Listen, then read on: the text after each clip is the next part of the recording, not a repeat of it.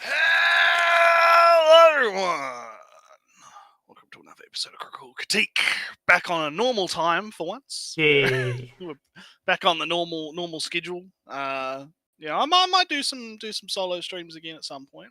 Maybe in the future. We'll see how busy I am. But for now, we are back again, and we've got some bad news, Ellie. Yeah, what is it? News. Farron.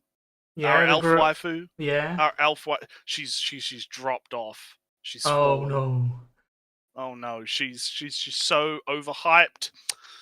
So cringe. She's gonna lose us subscribers, Ellie. We need to change her out. We need to get a new waifu to put in the waifu. I guess, but maybe you should have Shota Boy. You know, grab another. Yeah, maybe we'll change it up. Yeah, we'll put Shota Boy in there. We'll change. Yeah, the age of the hag elf waifus is over. The age of the Shota Boy is now. With my male ratings, Nretsew, he's number one on male. My male ratings.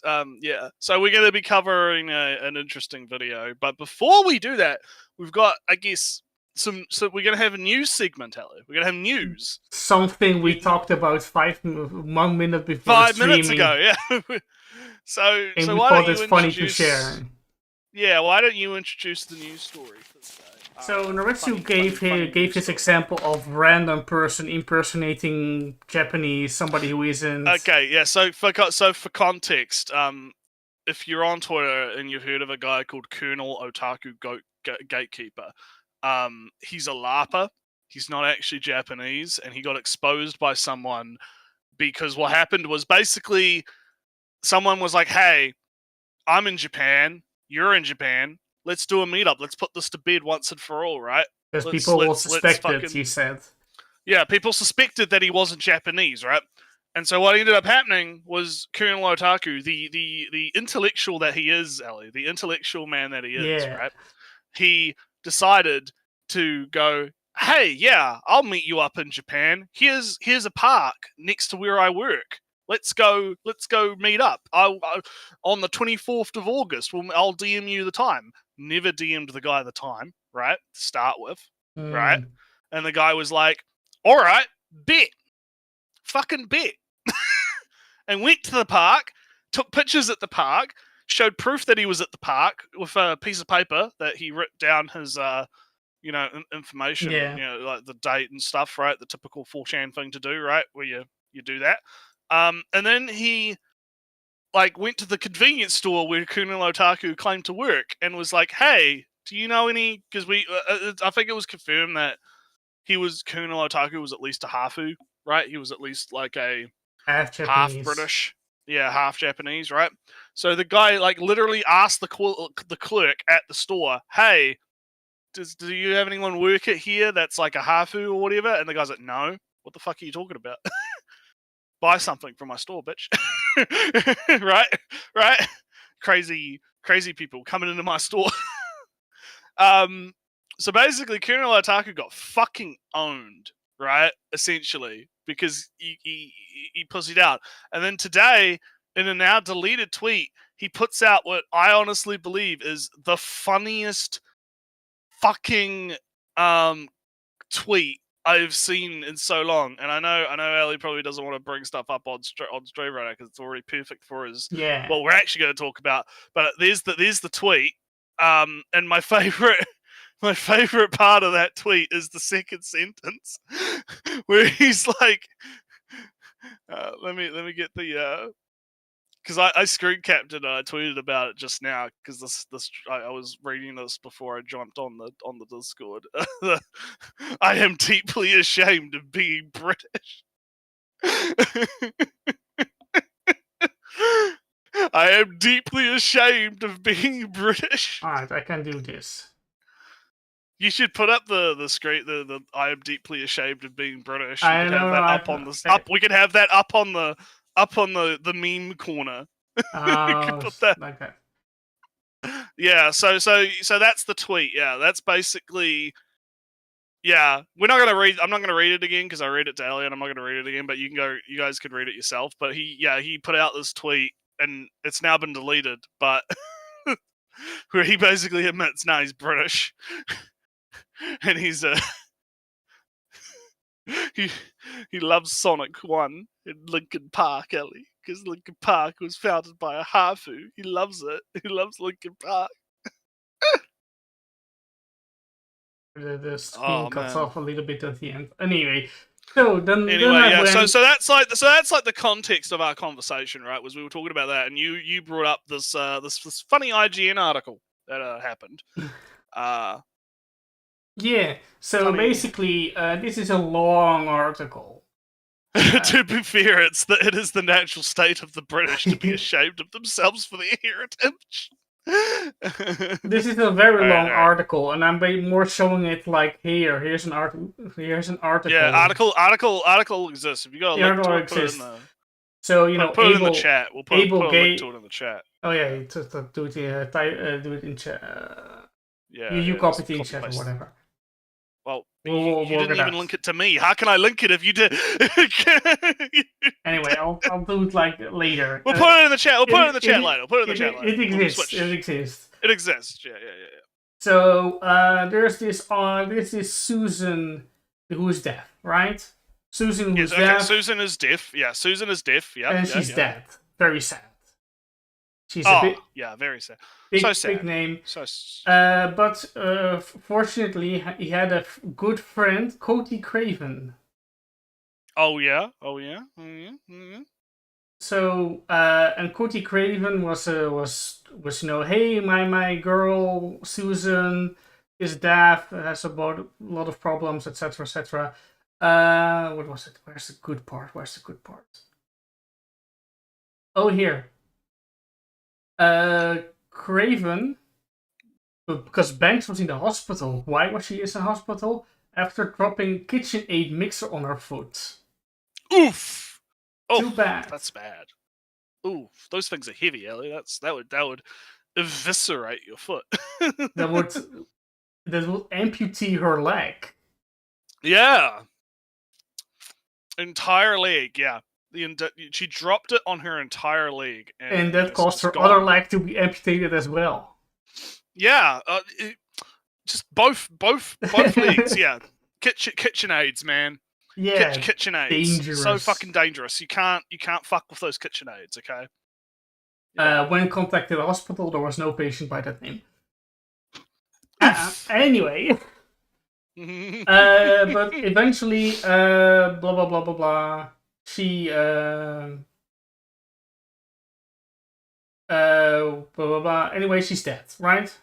She died, and she got an award named after her. As you do, yeah. But then Craven got a new girlfriend. I believe it's this one. This Deb fella. This Deb gal. Deb gal, yeah. Deb gal. Another partner of Craven. And Craven talks to, says stuff about Craven. They talk about each other. They talk about, write articles, both of them, etc., etc. And they both only talk through email. Now, this is not uncommon for deaf people, this article says, and because this article is also written by somebody who's hard of hearing or deaf or either or, only basically. As you do. As you do, because, there are more deaf programs for email and, captioning and whatnot, and mic settings for a deaf person is hard. So you don't do that. Anyway, so Deb. And at some point, Deb's mother dies. After there was a big... because after a big article where...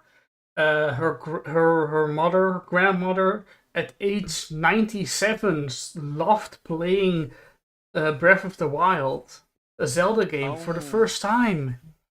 Oh, such a sad story. Old people loving video games. That's so wholesome. Yeah, so wholesome, man. But mother died, and mother died. Big of cancer, sad. Very shade. Big sad. IGN was unable to find an obituary for the woman fitting description of Bess in Missouri during the alleged time of her death. The mother names was Bess. Mm. So, but eventually people were just started having doubts. One of them earlier on was kind of doubting the story and decided to hire a private investigator. And they couldn't find anything, zero documentations of was it Susan, the first one to have ever existed. And eventually IGN said, hey, we are writing this. Yeah, hey, what's going on? Do you have a comment? And the response says, yeah. Would you rather not publish? Please. But I'm not going to comment. No comment. Please, no publish. And currently, everything that he ever did is deleted. Absolutely hilarious. So it's 3 or 4 people he impersonated to get credit in the space, in the disability accessibility space. And I think, and it pisses me off because, as people know, I IRL. I do the work with the disabled. I do the disabled works, right? I do the support worker thing, right? I'm a bit of an accessibility guy, I'm into the stuff, right? So it kind of annoys the fuck out of me that accessibility in video games is just filled with fucking grifters. It's apparently the YouTube channel is still up, according to 5.0. Which YouTube channel is it? The YouTube channel of Susan Craven, or of Banks, Hamid, or Banagak, or that Craven guy? Probably one of them. Or the grandmother. Or the grandmother. That's also. But like it gets me because a lot of the stuff that disability, because disability advocacy obviously has been very infested with the fucking progressive ideology, as I'll call it, right? It's been very infested with these fucking people that, all they care about is what I would describe as like nonsense. Like, oh, we need an easy mode in Dark Souls, right? We need to make games easier for disabled people and all this other fucking nonsense. Instead of advocating for things like, oh, I don't know, fucking standardized fucking controller remapping, or actual fucking colorblind options, or proper subtitle editing so that you could change the size and the color and the fucking shit of subtitles in games, right? Like stuff that would actually be fucking useful, right? To someone that has a disability, right? Things that would be like, yeah, no, you can do things and it'll fucking, actually give you the ability to play on par with everyone else, essentially, right? But the issue is they don't want disabled people to be able to play on par with everyone else, Ellie, right? They want everyone else to have to, bend down and fucking come down to the disabled person's level instead of trying to rise disabled people up, right? Give them the leg to stand on, as it were, right? Which really fucks me off, right? And there's also the whole representation stuff where the forms of representation that they like to push is some of the most like vapid and shallow forms of representation I've ever seen in my life. It's just like, oh yeah, let's have like the wheelchair people in D&D or whatever, right? A setting where you can literally fucking go hocus pocus, heal a Bacchus, right? I did think of a fun. I was playing Helldivers and I came up for this concept, right? Do you know how well do you know the Dungeons and Dragons, Nretsew? Well enough. All right. Do you know what a spell book and what the function is? Okay, no, I don't. Not like the mechanics of it. I know what a spellbook is, but I don't know the mechanics of it. All right, so for the wizard class, you have your spells in the spellbook, and if you lose your spellbook, you don't have your spells anymore. All right, makes sense. Yeah. And you can if you learn new spells, you learn new spells by scribing it in your spellbook. That costs an amount of money to do for the materials, etc., etc. And then you know the spell, and then it's preparing a spell for the day. You can only have so many spells prepared. But the spellbook is a rather central thing in your wizard class character. I was playing Helldivers in Nretsew, and I thought of a deaf mute character because spells have a semantic element, a speaking element. But what if you're deaf mute? Kind of fucked, aren't you? So what if you got a magical artifact, a magical spellbook even, that has all the spells pre-recorded, but to activate the recording of this magical spell, and it will, because it's a magical argument, the words are magically charged as well. But to get this magical bracelet around your arm, you have to do a directional code. Oh yeah, it's like Helldivers. Yeah, you have to do a Helldiver input to do your spells. You do fucking binary or something, or you do like fucking Morse code. You tap it on the book. You tap the book. No, just a brace. Fireball. There's an arm brace, and you do your up down. But you see, here's the thing. That kind of shit is good, right? That's like because it's not like just weird. Because I've always held like I don't necessarily have a problem with the wheelchair thing. Like I meme about it, but my problem with the wheelchair thing is that it's lazy, right? You're in a fucking magical whatever world, right?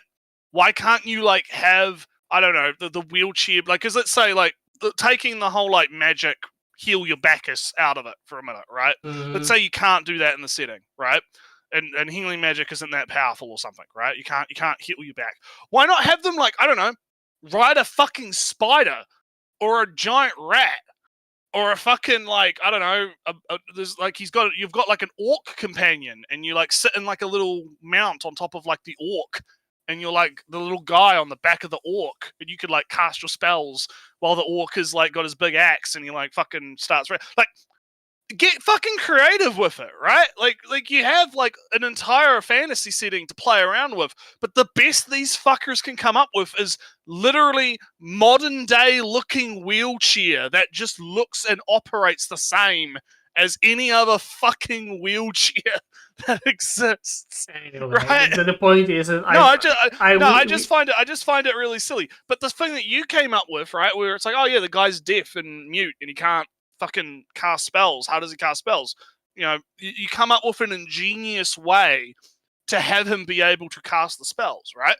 And that's where I'm like, yeah, that's cool. That sounds awesome. But these fucking progressives, and I'm like doing a fucking progressive rant, right? But like these fuckers are just lazy, and I think that's why all of their games keep failing, like Concord. It's because they're fucking. I don't think Concord's problem is because there is accessibility things in it. It's not the accessibility. It's the there's other reasons for Concord. I'm just using it as the punching bag. I mean, I've looked at the characters, and there are a couple of cool characters, but not enough. But yeah, like, and I think about like, okay, what games do accessibility well, and the one that comes to mind the most is Arknights. Like Arknights actually does have disabled characters. I've mentioned this before, probably on stream. Like Arknights has disabled characters in it that are like actual characters, and they're actually fucking cool.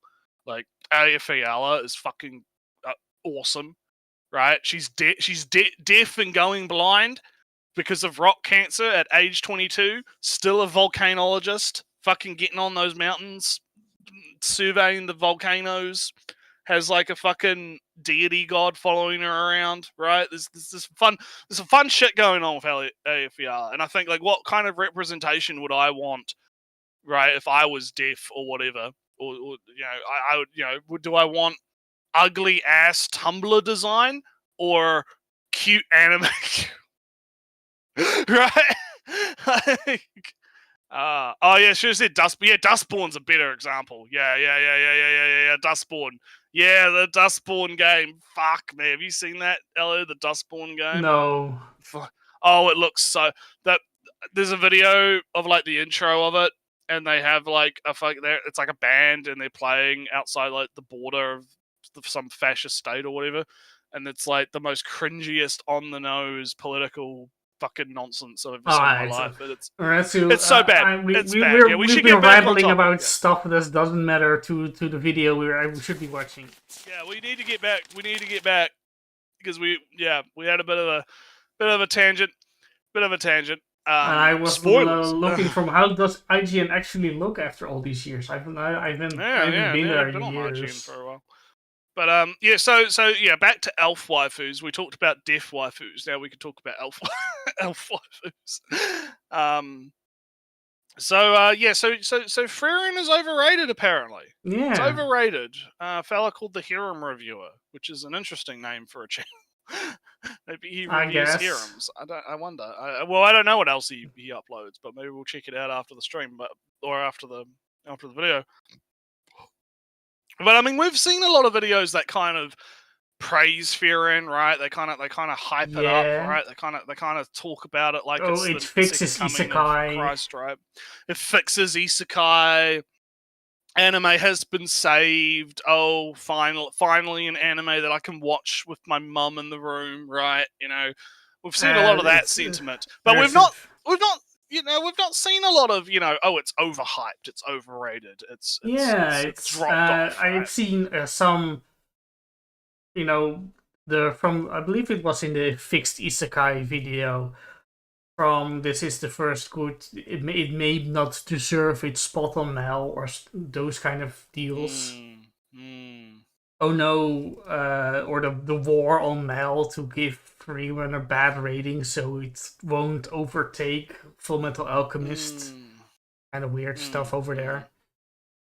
Yeah. So let's I guess let's just get right into it. Let's see why it's overrated. Let's see what's going on. Why weren't you at elf practice? So Freerin is the new anime that everyone is gooning over, although just like every other popular anime, it'll be forgotten about once it's done.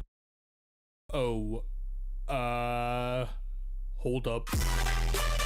So originally, oh, it's gonna be one of those videos. Almost big. Loud is funny.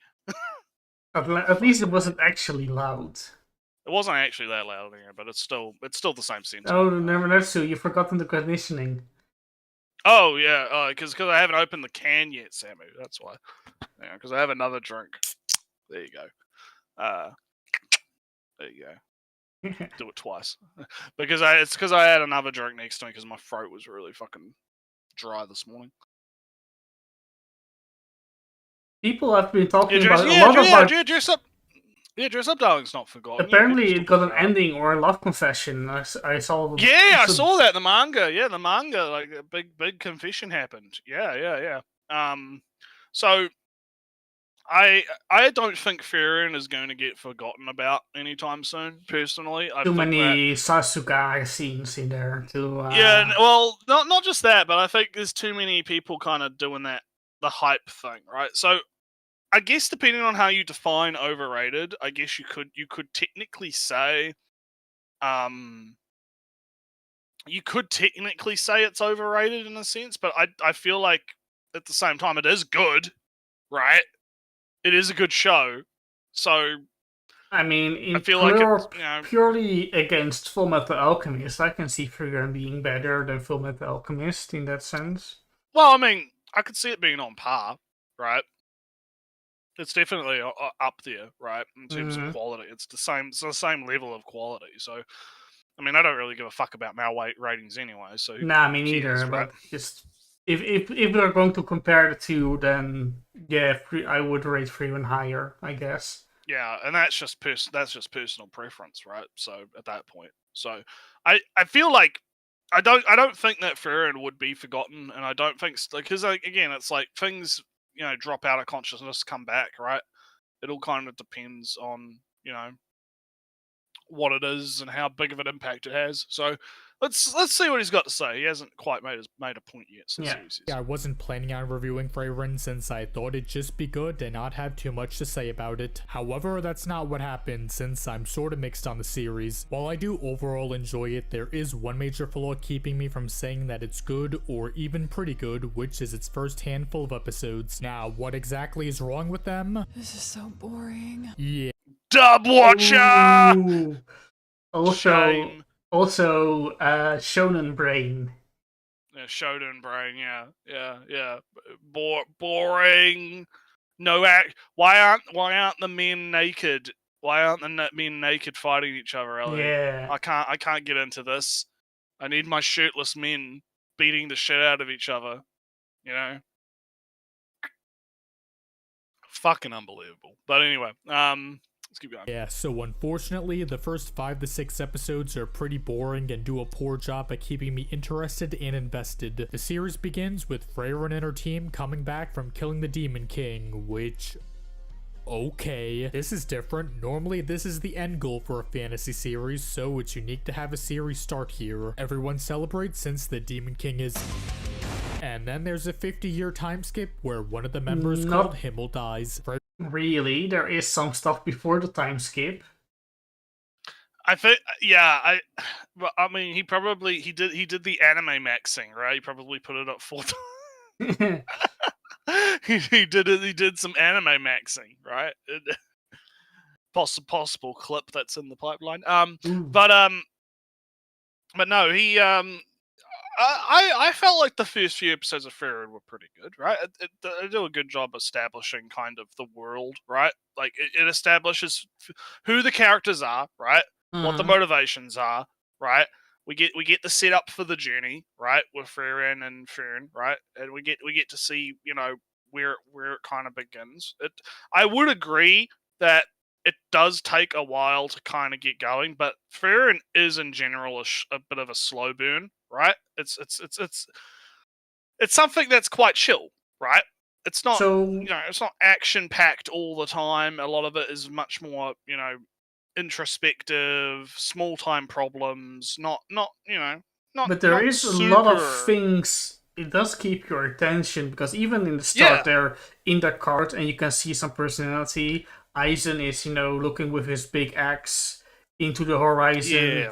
Himmel is chilling, kind of almost resting down.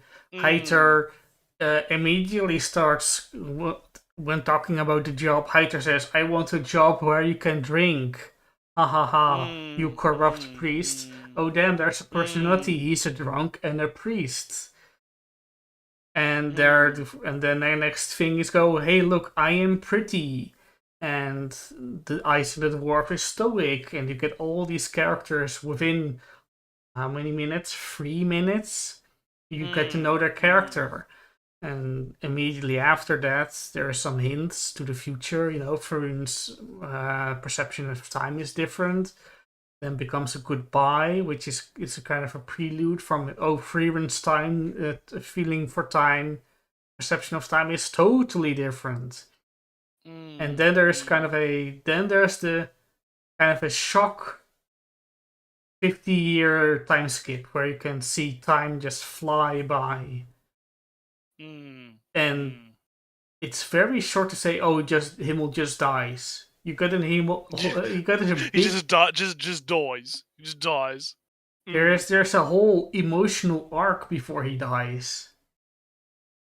It's kind of hey Nretsew, you were born and then your father died. There's no feeling. There's no arc between there, right? No, nothing happens. No, nothing. Nothing ever happens, right? No. You're in your Twitter memes again. Just sounds like low attention span. Yeah. It does sound like low attention span. But anyway, let's see what he's got to say. Everyone realizes that she should have appreciated her time with him, gotten to know him, and... Why are you crying? However, after this... Oh, I fucking hate the meme shit. It's so fucking... Okay. She leaves for another 20 years, which is pretty dumb. She just said she should appreciate her time with her friends, but then chooses to leave and be alone for 2 whole decades. It doesn't... Yep, because she's an elf, and their perception of time is different, and she's got to 20 years figure is that super out. short for free run, though. Yeah, for Fury, and that's like yesterday, right? What part of that is like hard to understand, right? Also, like, Eisen said, no, I won't stay with you. So where's what she's going Yeah. to do? yeah, Stay in the what- city where yeah. she doesn't know anybody? Or does she go to grab something somewhere? Yeah, I think he's being silly. Doesn't have to be for too long, but you really couldn't have stayed with one of the other two members that you were with for so many years. Anyway, after 2 decades, she comes back and sees the priest Hitler, who's going to die soon. Priest Hitler. Oh god. It's kind of just demeaning for the sake of it. I hate this style. Because no one can pull the style off, right? Like, there's only a few people that can pull this off. Like, Seth, right? Seth can pull this off. There's not a lot of people that are able to pull off the whole random interjection of memes, right? Into a thing, right? It's a very hard thing to kind of nail because it seems simple, but all this guy is doing is he's just fucking He's just being mean. assaulting you. He's He's just assaulting you. He's with being memes, a bully. right? It's- He's being a bully instead of, Yeah, he's being mean spirited and he's assaulting It's not you with banter, memes it's to try and bully. hide it. Yeah, and he's assaulting you with memes to try and hide it, right? He's not trying to be funny, right? It's not like I don't think calling him Hitler and being like, oh, he's gonna die, and then having Kirby getting chucked into a fucking ravine is funny, right? It's not funny, right? I think, you can make a lot of Seth's voice helps. Yeah, Seth's voice helps too, but I think that like Seth also knows how to it feels different, right? It feels different. It's harder and to the do memes it that with are an used are emotional different. arc, right? Because I've watched some reviews from Seth, not the recent ones, I think. They're not games I'm interested in. But the games Seth reviewed were never really narrative games, right? So you could make jokes about nameless characters because who cares about those? And who cares about that who cares that you're making torture chambers? But when you're talking about the story, people know those characters. Seth is you know the name better, right? So you've seen a little more videos. Yeah, it's I just call him Seth. Yeah, it's Seth. Yeah. Gouda typed his name correctly, but it's like I just call him Seth. Yeah. Yeah, it's a video game reviewer. Does funny things. Yeah, video game reviewer, man. Yeah. So it's like, yeah, I feel like this is just being silly. He's being a silly Billy, right? He's being a bit of a fucking yeah. Let's just keep going. She spends a good couple months with him, along with a girl named Fern. Eventually, she leaves with Fern. He doesn't know the story because it was a couple of years that she stayed with HARRR. Yeah, he's like media literacy strikes again. But it's very like he's poorly explaining what happens in the show, right? He sounds like she like goes to see the priest man, and then he dies, and then he had a girl, and the little girl, all right, but and then they leave, and then they go to the next town, and then they do thing, and then they do other. But also, right? she arrived at the town, but then she spent a few months traveling to there. Very logical structure to tell she was there and then say she was traveling a few months. Nothing happened. No naked men were fighting. It's such a it's not gay enough, Ellie. It's not gay enough. No. Okay. It's not. All right. Let's keep going. And then the series finally starts. Alright, let's start with the problems. First off are the deaths and how the emotional moments don't really work. Freyren has known Himmel and Hitler for many years, so it makes sense for her to feel sad and even cry like a bitch. However, as a viewer, this doesn't really work since we've barely seen either of them. I get that this is supposed to make it. Does he know? Freyren? No. Words, language sensor brain. English hard. Nretsew, thinking about person and saying person name. Nretsew, you have seen Frieren. Yeah, I watched. Did you I watched have the elf show, yeah. emotion when Himmel died? I thought it was quite sad when she's reflecting on Himmel and being like, "Oh man, I should have got to know him better." Shit, you know. And she starts crying. She.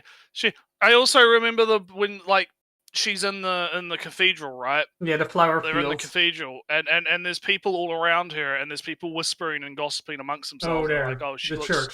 The church, right? The church or cathedral or whatever they're in, right? And there's a bunch of people that are like, oh, she's so emotionless. Why is she showing no emotion? She's so didn't she like, you know? There's these people like that kind of like realization of like, yeah, that's not normal, right? To like, why isn't she feeling anything, right? And that like leads into her finally coming to that realization when he's getting put in the ground, and Well, she I goes, thought oh. she was feeling things, but for one, she was, she's an elf and she's stoic by nature, and also she hasn't recognized her own emotions yet. Although she was, yeah, but I found it interesting how like you have like, I think that scene is important because it shows like what the outside perspective, right, from people around her views her, right?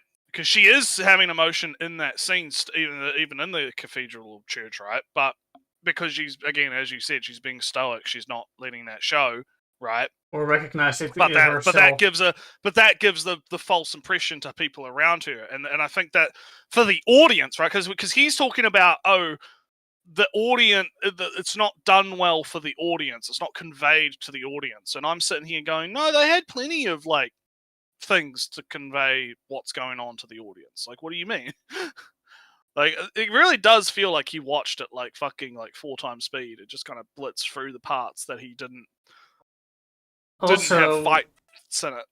Nretsew, I am indulging myself in some reaction content from time to time. I have seen other people cry big time when Himmel died, and going from, it's only 5 minutes into the episode, why am I crying about a character I only know for 60 seconds? And I think part of that is like, I'm sure there's probably people that have, experiences like that. Regrets. Like someone dies suddenly and they don't, even if it's not just that, like, it's like you said, just regrets in general, right? And I mean, I guess it's probably easy for Zoomy Man over here, I guess, who's never probably, just got out of high school or something, right? Hasn't actually fucking lived in his life, right? It's probably easy for him to, fucking be able to not care about regrets or anything, right? Because he's, and here's the thing, right? If he's gonna be mean to the show, I'm gonna be mean to him. Fuck it. Yeah. Right? Don't, there's some genuine feelings in Frieren, and is he going to be mean about them? We're going to be mean about his feelings. We're gonna treat him like the child that he is, because he's acting like a fucking child, right? It's quite funny. He just put Skippity toilet. Oh damn, HARRR, why are you typing so much? Look, he's good. He's fine. He's engaging with the getting the chat frequency numbers up. Good for engagement. Giant spike the moment Gouda shows up. Nah, it's all good. It's all good. But anyway, let's look at this graph. Bad for Frey. Oh. No, sorry, I was making analytics live. Analytics. All right. Let's keep going. And not the characters themselves, but still, I don't feel anything during these scenes. Frieren also hasn't done much during the. So that's it. So I love how like that, just like what I was talking about. That's like a self-report, right? I didn't feel anything during these scenes, right? I didn't feel it. Me. The zoomy meme man didn't feel anything, right? I feel like that says more about him than it does the show, right? It says more about him and his life experience and his fucking shit that he's gone through. I don't know, right? Nretsew. A younger me would still empathize. Oh, probably, yeah, probably, yeah. Like, I mean, I've seen a plenty- younger me probably still would be fine with it as well. But that's why I think it's a self-report, right? He's like reporting on himself and his own fucking like, past and upbringing and all that kind of shit, right? Yeah. He lacks as Gouda puts it, he lacks the empathy, right? Well, quite He's unable to literally, it's a lack of empathy in the characters, and he doesn't feel them. Yeah, that's what I mean. Yeah, it's a lack of he can't empathize with them. Yeah. So anyhow, let's continue.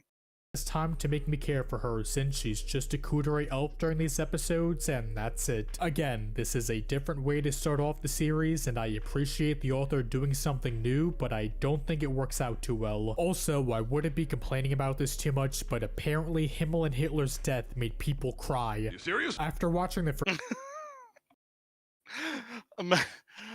People having emotional reactions to media, Ellie. Oh God. Oh no.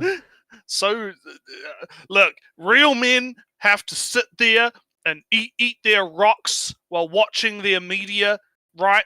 No facial expressions. You sit there and you watch media. Consume the media, Ellie. You must consume. Logical facts. Logical. No emotion. Never feel things for things, right? Just be a fucking husk of a person, devoid of all emotion.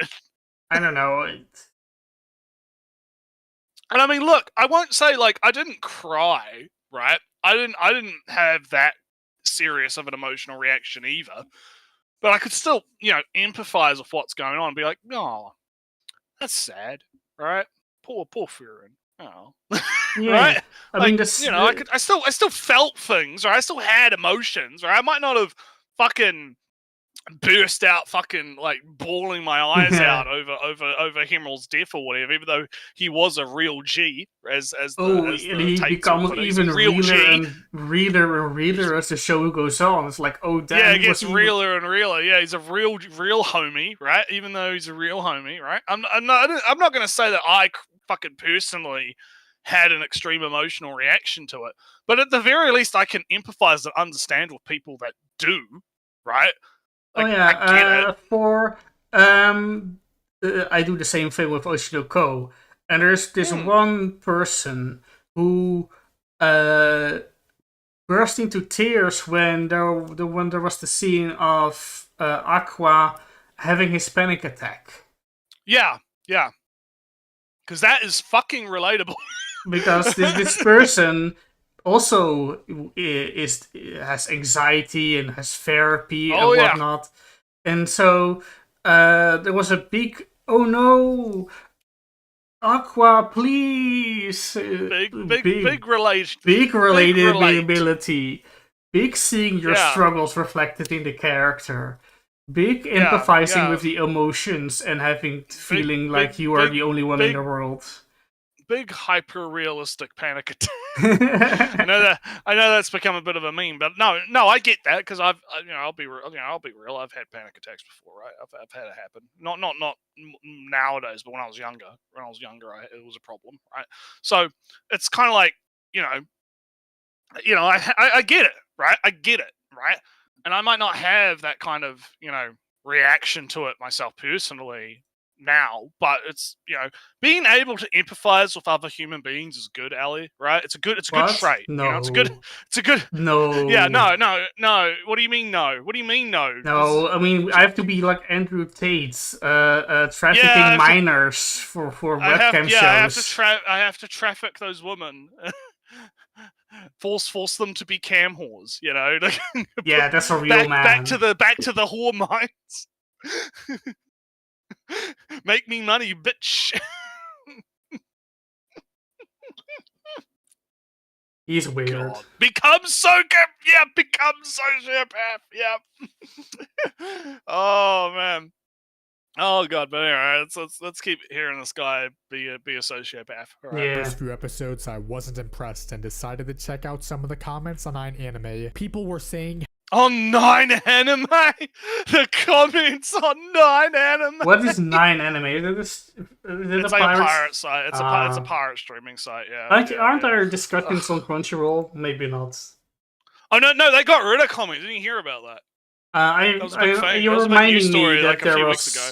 There was a story like. Look, yeah. I know it's really bad that we have to remind everyone that Crunchyroll exists, right? But I get all my subs from subs, please. Yeah, I get all my. I get all my anime from certain websites, right? But there's a bit of an off-topic tangent I want to go on with that. But before that, I will talk about Crunchyroll, right? Yeah, Crunchyroll nuked. They nuked their comment section. Like I think it was like a few weeks ago. They got rid of comments and they just nuked the whole thing, and people were really mad about it because it was like. History is gone, yeah. Well, not even history, but it's like, just why? Like, why do that? Like, was it really that big of a deal to have to moderate comments or have to, like... I guess it's a pain to do, and if it's... I guess, but it's like... I guess it's just another... Yeah, it's too toxic. Yeah, it's too toxic. It's like, yeah, you can't have toxicity, Ellie. Well, I guess even just getting rid of the spam is a major pain. Yeah. So it's like, so they got rid of their comments recently, but there's been a lot of discussion because I had a few tweets. I was responding to someone on Twitter about apparently there was like a presentation on AI stuff by the Japanese Ministry of Cultural Development, and they name dropped MangaDex as a site that they think that the AI is scalping manga from. Right, to do AI training, and so the Ministry of Cultural stuff in Japan is aware of MangaDex, so the clock has started. I thought it was like a Korean because I thought it was about webtoons. I heard something. No, that's different. That's MangaDex wasn't dropped in that. Those different sites were dropped in that. Alright. Anyway, so the Koreans are getting ready to go after people uploading manga at the moment. Oh, and they're manga on MangaDex, therefore. But MangaDex specifically wasn't targeted. Like they put out like a list of domains that they're going to target, but they didn't. I don't think MangaDex was listed as a domain. But the Ministry of Cultural Development thing is quite funny though. But it started an interesting discussion though, right? It was and MangaDex is fine because it usually like MangaDex will purge stuff if they get a DMCA, and they also typically don't put licensed. Like I don't think you can read Goblin Slayer on there now. Like if something gets like licensed, they'll typically like take it down if it's like if it's a risk, right? So. MangaDex is better for like stuff that's like niche, right? Like, you probably wouldn't be able to fucking get anyway, right? But getting back to what I was talking about the piracy site thing, is I had some comments on Twitter about this because people were like, because I'm of the mind that people do need to kind of shut the fuck up, right? Because most of the time, the way that you should learn about piracy sites is either through personal word of mouth or through fucking doing your own research, right? And if like it's different when it's like you and me, like you name drop like subs please or whatever, right? Like that's fine. But if you go on Twitter and you start screaming about fucking, hey guys, I found this cool site called Sub Please. Everyone look at Sub Please. Go to Sub Please to get your anime. Right. It's fucking that's the kind of stuff I talk about when I say people need to shut the fuck up. And the reason I say that is I am very confident that publishers are fully fucking aware that these sites exist, right? Yeah. I think it's impossible for the publishers not to know, right? I think that, they're probably keeping an eye on these sites. And what they do is instead of like nuking them right away, they just keep an eye on them for if they start to actually become a legitimate competitor. Right? When they start to get too big, right? And I feel like that's the issue with sites like MangaDex and whatnot, is that they're starting to get too big. And when you have tweets that go viral and get hundreds of thousands of like interactions and whatnot talking about them, right? That's when I think the companies start looking at that and they go, Oh, they're getting higher in the search rankings than the actual site. Yeah. Time to lawyer up, right? When they yeah. So I think that's why a lot of these sites, I think, tend to like last a lot long. Like certain sites last longer than others, is because I remember like what was it called? It was like there was Kiss Anime, which I think is still. I think Kiss like comes back and goes right now and then, right? It gets nuked and then it comes back, right? There was another one that I was using. I can't remember what it was called, but it was one that back in the day that was really good, but that got nuked because it got like the moment they start to get too big, right, is when they have to get nuked. And I think that the site creators don't really tend to understand this, and they start trying to like not necessarily legitimize, but they start trying to like play into the whole, oh, we're the biggest site for your anime or whatever, right? And it, yeah, I think that's what ends up getting them killed, right? Is they don't know their place, right? You're not meant to be the fucking like big britches, top of the rankings, top of the big thing. No. You got to stay under the radar, right? You got to be quiet. You got to be shush. Yeah. Anyway, let's go on with the video. Tangent over. Time to talk about this. Despite barely knowing the characters, now I've seen over 1,000 anime, and you 1,000. Oh, that says so much. I don't know if I have watched 1,000 anime. I may have, but I'm not keeping count. Have you watched 1,000 anime? Maybe. Could be. But I'm not going to remember those 1,000 anime. Could be made 1,000 animes. I mean, how many shows if I'm watching like 3 a season, right? Yeah. Average, maybe 3 or 4 a season. 3 a season.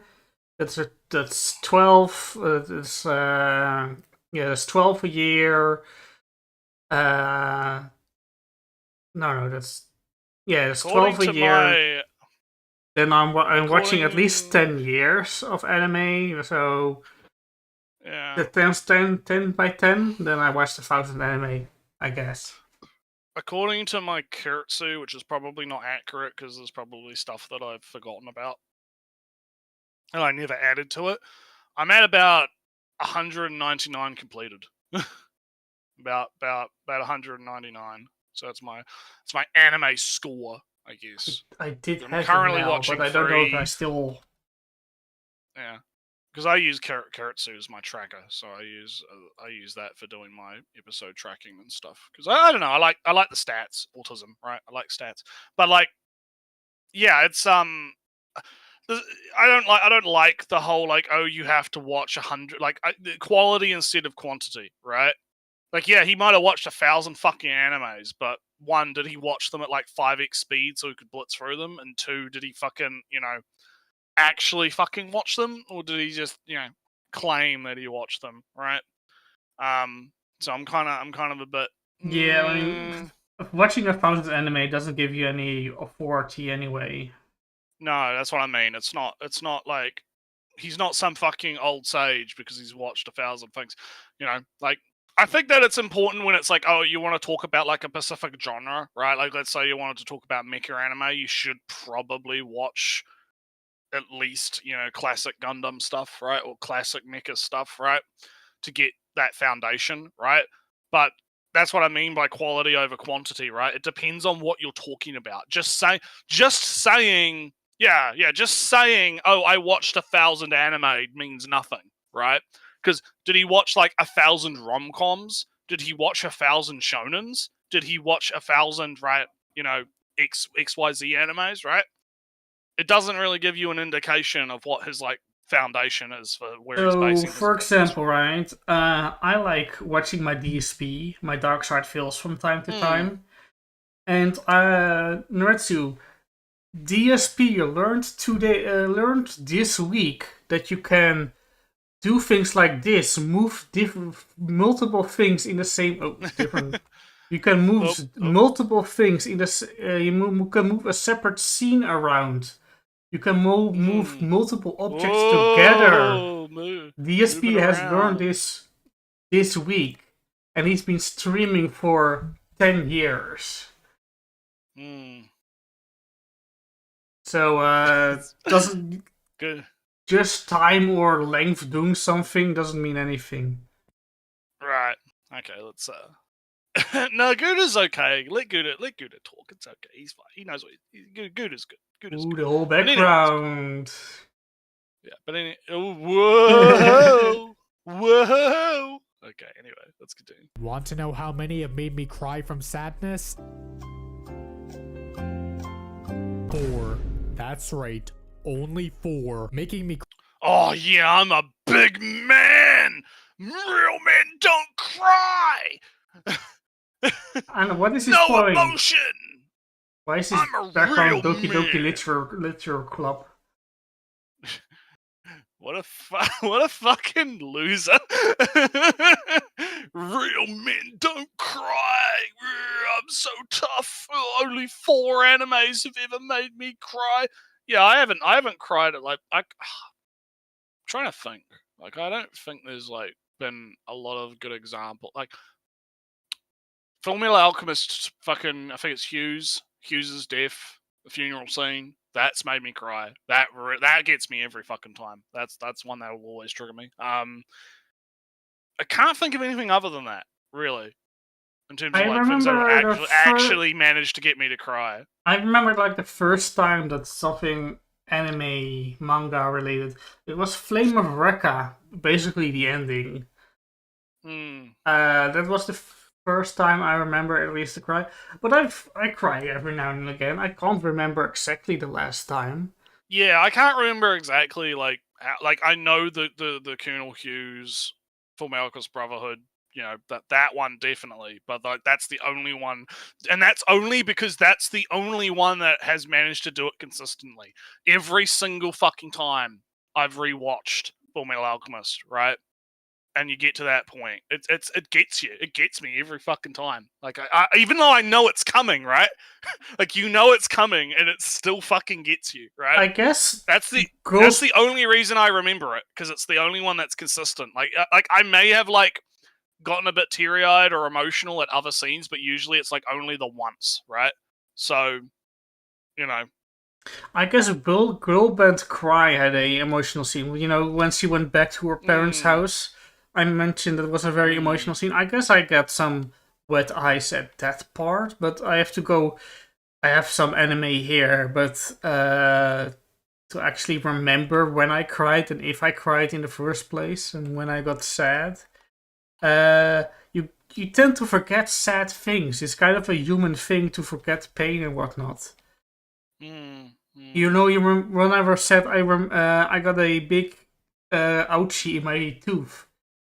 It was like, oh yeah, that's right. That's how it feels to get a big hole in your teeth. Or no, it wasn't a big hole, a big pain in your teeth. That's how it feels. Yeah, I remember now. How could I have forgotten this terrible, terrible pain? And then next week, I've forgotten how it feels. It's how it goes. So yeah, let's hear about Mr. Tough Man over here, Mr. Strong Man. He's so strong, he's so stoic. Cry is extremely hard to do, but even so, I fail to understand how these episodes make people goon tears from their eyesight. Goon tears. Oh, what a fuckwit. It's so fucking great. Becomes sociopath. He's literally, like, the inability to empathize with other people's emotions is a psychopathic trait. is a fucking sociopathic trait. So he's demonstrating some very big self-report right now. Big. Yeah, some weird. I don't know. What? Why is it good to be emotionless again? Yeah. It's like, come on, bro. It's fine. It's okay. Pockets. If making people cry is that easy, I bet I could do it easily. You know what? Oh, sure. Go ahead, try. Here's a short film I made to prove my point. I hope this makes every single one of you cry yourselves to sleep. So once upon a time, there's this kid walking down the street. He's going, all of a sudden a fucking car comes, and he runs him over. The kid's on the ground. He's almost dead. He gets back up, he's walking around again, and these 3 guys come, and they beat the fucking shit out of him like this. He jumps up, and the guys are gone. They're gone. And all of a sudden, there's another guy coming up. Nretsew, I have bad news. And he's lying there on the ground. Then, just when you think everything's fucking gone to shit, a bear comes and he eats him. This other bear comes and eats him too. Now the kid's almost dead. He has no money, he got run over, and these two big-ass bears almost killed him. Then out of nowhere, a big fat-ass woman comes and sits on him, and that's what kills him. That's the end of the story. Fuck you. Anyway. Alright, let's have bad news. What's the bad news? His arms were a bit too hairy to be a young zoomer. Hey, I don't know. Genetics, Maybe, but just my feeling. I think that just makes what we just witnessed even sadder. Yeah. It's gonna make me cry, but not because it's sad, but because it's fucking the cringiest shit I've ever seen in my fucking life. Fucking what a yeah, pathetic is a good word, Gouda. Pathetic is a very good word for what we just witnessed. I don't know, because I get I guess that was supposed to be funny or something. It's supposed to be. It's hard to tell, right? Reddit Because humor. it kind of feels like, you know, the Schrodinger's, there's some internet term for it, from it's a joke unless you find it's a joke. No, it's a joke unless people take it seriously. It's a joke unless people agree, then it's serious. Yeah, it's like what's it called? Schrodinger's douchebag. I don't know, but Video game donkey gets hit with that a lot. Yeah, video game donkey gets hit with that a lot, and rightfully so.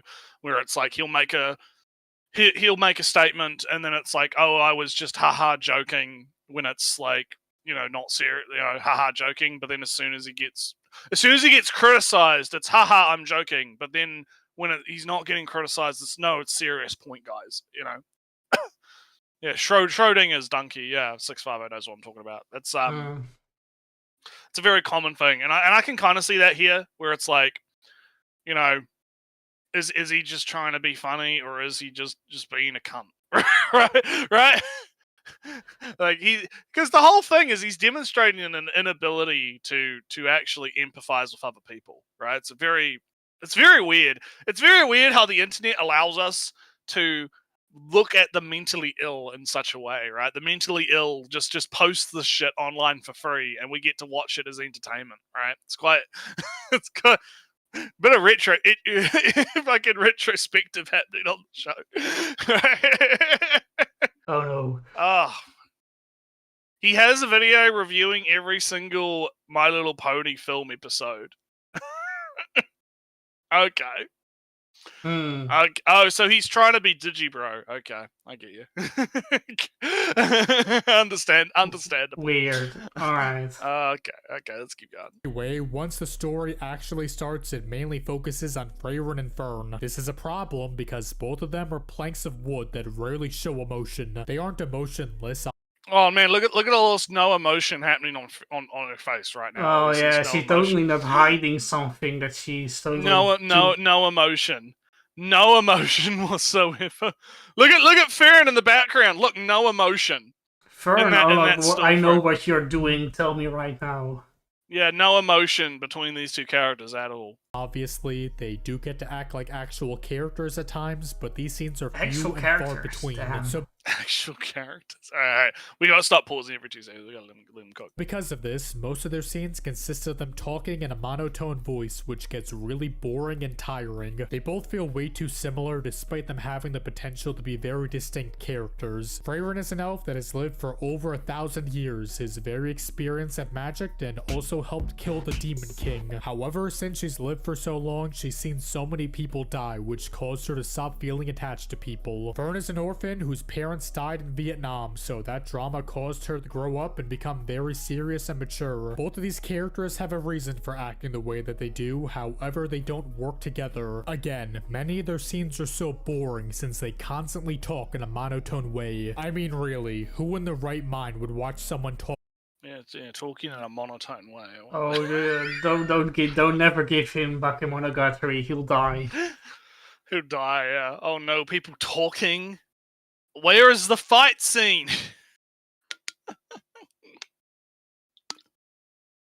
God.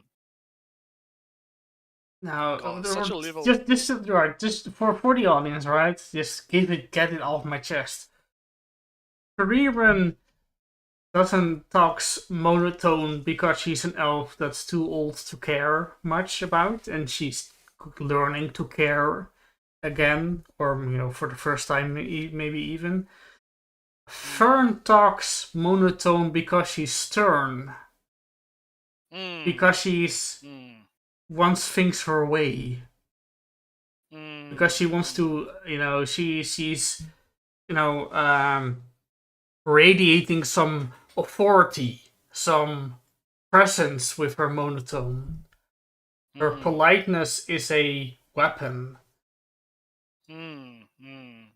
Well, Freeran does use his casual talk sometimes.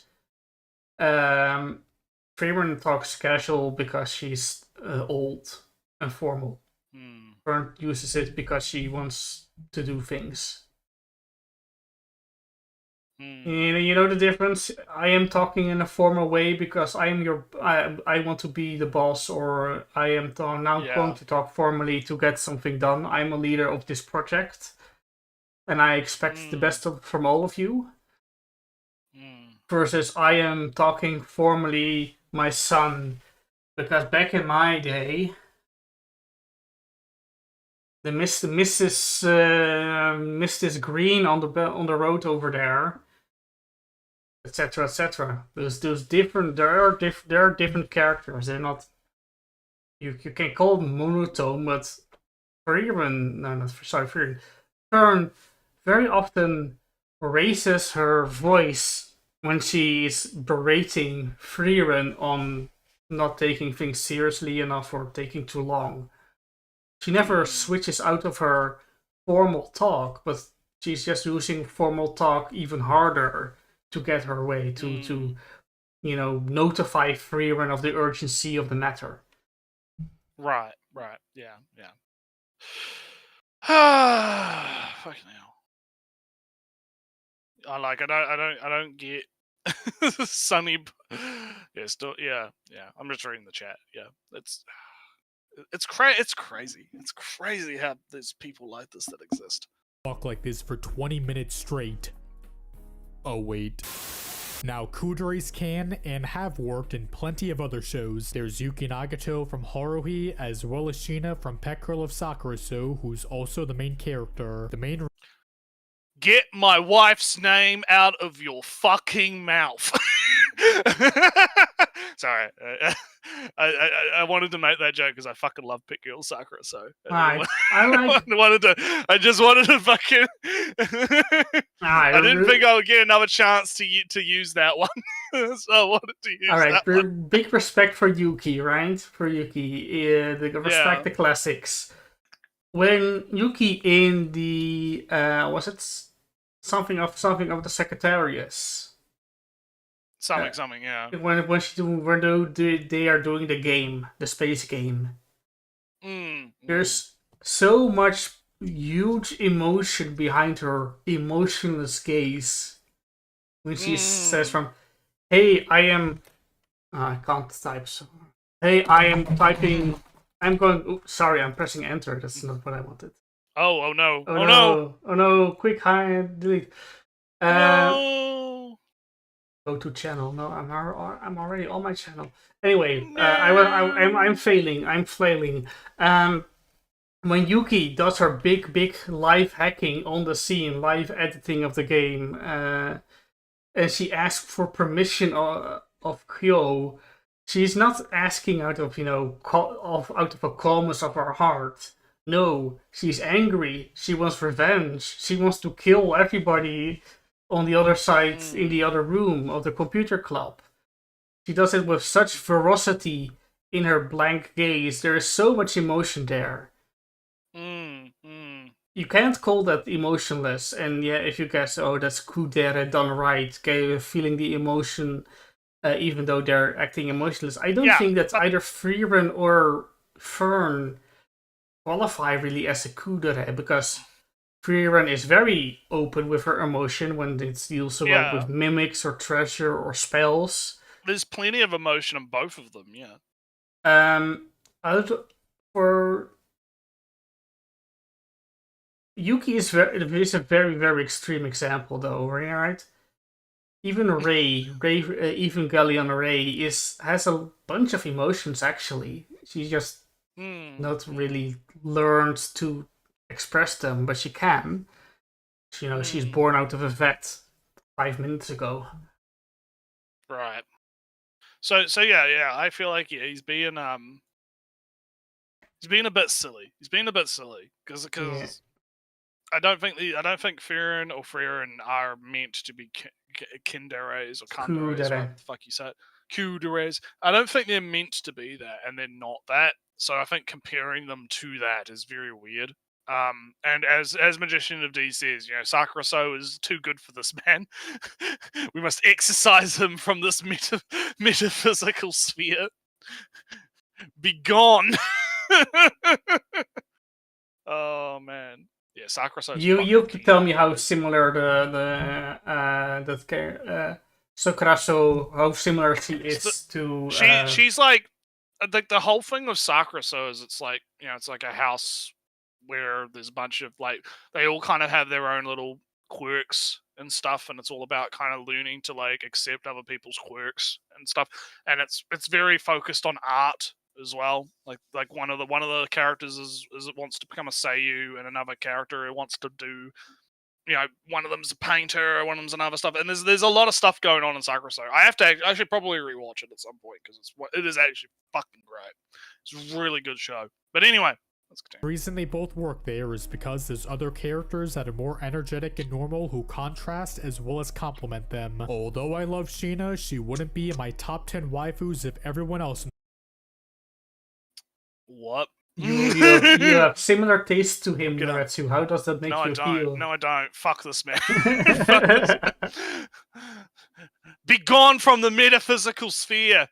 Get my wife's name out of your mouth. Anyway. The show acted the way she did. She's distinct because she's a kundere as well as just being a very fun and memorable character. Anyway, just because the dynamic. So, the issue with what he's doing, right, is he's like, his criticism, to boil it down and actually be serious for a minute, right, is Farron and Farron are boring because there's no contrasting character for them to bounce off of, right? And he uses the example of Haruhi and Sakura because in those situations, yes, you have the Kundere, right? But the Kundere is contrasted by other characters that aren't emotionless, right? And that is what he believes allows a Kundere to work. And on some level, he's not wrong. However, applying that to Farron doesn't work because they're not Kunderes. No. Right? That's the problem, right? Is because he's misattributed what they're meant to be, right? That has caused him to not understand the reason why these characters are the way that they are, right? So he's assuming, he's kind of doing like TV tropes brain, right? He's like, oh, emotionless character equal Kundere. Kundere can why does I know Kiwi accent, whatever, fuck. Kundere mundere, right? The emotionless character need to have foil hyper characters around them to work. Big trope brain can't. Why no? Boring when not with other thing, right? He's doing this like math equation almost, right? He's not looking at it for what it is. He's looking at it in terms of, okay, here are the database elements that I have like attributed to these characters. I guess is how I would put it. Yeah, would Stark count as a contrasting character for them to bounce off of? Kind of. Well, Stark, he might talk about that because we still got a lot of video left. So. Oh man, but Stark. Oh, 1 second. I'm doing very sneakily other stuff, namely getting my mail account back because I haven't logged in for so long. I have to do a new password and whatnot. Anyway, yes. Well, How much what am I video going do to we say? have left? We are 5 minutes out of an 18-minute video. Oh no. It's gonna take us another fucking hour and 30 minutes to get through this. Yeah. Alright, but Anyway, you go. and what I was going to say, Stark and Fern have a thing going on, and Frieren is kind of Yeah. a semi-mother, semi-guy, guardian for both of them. Yeah. So let's see what he's got to say. Make between the two main characters doesn't work doesn't mean the rest of the show isn't bad, right? Unfortunately, no, because its story is just as uninteresting as its characters. Barely anything happens during the first 5 episodes since Frieren and Fern go around doing the most basic things. The second half of episode 2 has them go around looking for flowers, and it sucks. This is even more bizarre considering Nothing happens. Why isn't the plot moving, Ellie? The plot's not moving. They're just doing nothing. They're not learning about themselves and others, overcoming trauma and hang-ups. Ah, no. There's no half-naked men fighting. No. Never really. Very unfortunate. Yeah, very unfortunate. But anyway, let's continue. during the first half of the episode wasn't that bad either. Hitler's death, while not great, is at least notably stronger than Himmel's since we at least get some time to know him. It also helps that he's one of the better characters in the show too. So to go from that to looking for fucking flowers for 15 minutes is just confusing. Also, before you start Okay, well, all right. Well, before we what? typing your essays in the comments, yes, I get the significance of this. This is to show that Frieren cares for her friends, especially Himmel, which is why she spends so much time doing this. But still, this is so boring and slow when the next couple episodes are the same too. Nothing happens in episode 3 until the end, where Frieren fights a demon. Okay, so he doesn't understand it though, because the whole the crux of that was Frieren and Fren, right? Fren, because they search for those flowers in the actual show, in the world, they spend months looking for those flowers, right? They spend a long fucking half a year looking for those fucking flowers, and Fern is like, bitch, I'm a human. I'm literally dying right now as we speak. Right. I am literally aging and turning into an adult right now as we speak. Can we go now? Right? Can we please? Right? And the whole point of that arc is it's teaching the lesson to Frieren that she needs to stop being elf. Oh, I can waste 2 years hunting for flowers. It's no biggie. That's like the equivalent of what, a day and a half, right? Yeah, maybe. It's not. Who cares? Who cares, right? But now that she's got a companion that is a human again, she can't do that anymore. She has to actually consider the feelings of Frieren, right? And what she's thinking and her, lifespan. And not wasting that lifespan, because Frieren is now responsible for Fern, right? And that whole arc is both of the Frieren actually recognizing that, oh, I have a responsibility now, right? I have to stop fucking around, right? As the Arknights meme from a few episodes ago would say, could you stop fucking around, right?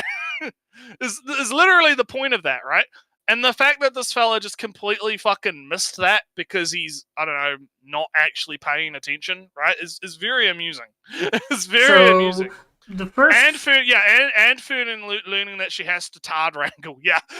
Yeah, exactly. Exactly. Jokes aside, the episodes, very much the first 4 at least, are very much structured in a them growing already, developing. First episode, is, damn, Himmel died. I'm going to spend time with humans. What is she doing at the end of the first episode? She's spending 4 years training Fern. So you're spending time with humans, right? Development lesson learned. Episode 2, learning what each other likes. Getting cake for learning that Fern likes cake, Fern likes the brooch presents and whatnot. And what was it again? What was the other thing that was getting presents? On episode 2 is Hemel Heiter dying and doing things for other, and do what you like also. Yeah, I know the whole lesson from why did you choose the things you did? Because you chose them, even though you might think the choice was forced upon you. You had still some agency in the choice, even though you Nretsew, you do stuff in your disability education thing. It probably has a better name than disability education thing. Education thing, yeah. It kind of does, yeah. But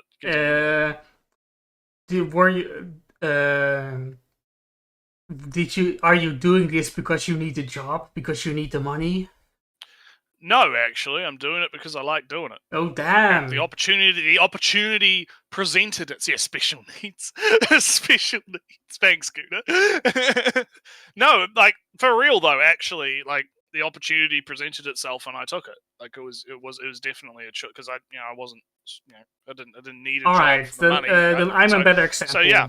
I am doing a job because I need money for this mortgage I have, for this Yes, this big mortgage that you chose to get, yes. Yes. But Nretsew, I had a choice in what my school career would be, what profession I was going to be, and I chose a thing that I like. Now you can look at it kind of depressingly, like I have a job because I have to. But am I doing this job because I have to? No. I am doing this job because this job I like over other jobs. Right. And that's kind of also the lesson in episode 2. Learn what others like, learn to gauge and feel the other person in the form of presence, and recognize what you are doing is things because you have chosen them to do. The first episode has a similar thing going on of... Oh, sorry, I'm messing up. Episode 2 is all about kind of Heiter and learning things. Episode 3 is about learning each other, what is kind of a history and learning from each other, and of course the whole episode kind of has a history book in it that kind of ties the two halves of the episode together. Right. The point is, although I messed it up, there's development that is also kind of logical with the episode it's in. Yeah. And again, he's completely just glossing over that and missing that point entirely, right? That's the key takeaway that we should have here is, because it's not like, I wouldn't even say it's not explicitly stated. Like, if you actually watch the episode, you would pick up on these things, right? Like, it's very weird that he's just missing the point. Right? Yeah, but so anyhow, Samuel, I'm not spouting my grandpa wisdom. I'm repeating what Freeman said. Grandpa Ali, yeah. I'm repeating what Freeman said. Yeah. So all right. that's learning things and what's not development. Yeah. Alright, let's keep going. Which, while cool, is also very short. This fight also shows off the world's magic, which is yet another problem. The magic is very generic and bland for the first 7 episodes. Preamble uses a spell that makes flowers, she and Fern can levitate things, they can shoot out magical attacks, and that's pretty much it. During this fight, however, they do take some time to try and develop how the magic works. So this demon has a super powerful spell. Oh, he's only talking about cool magic. Damn, we know where his priorities are. Yeah, he doesn't. He literally just doesn't get it, right? Like he doesn't fucking get it. It's so fucking funny how much he doesn't get it. Because Farron is like, you don't need fancy magic. You don't need fancy attack magic. Literally everything in the world can be destroyed with like this one type of magic. You don't need like all other magic is just happy fun. Is just fun hobby stuff, right? Oh look, I have a spell that makes shaved ice. That's cool. Isn't that cool? It's Look at funny. It's neat. It's funny. cool to have. I can make flowers, and the significance of that spell is big because Heimdall liked the flowers, like like the big make flowers, big Fuck, man, it's so fucking frustrating. It's like my dude.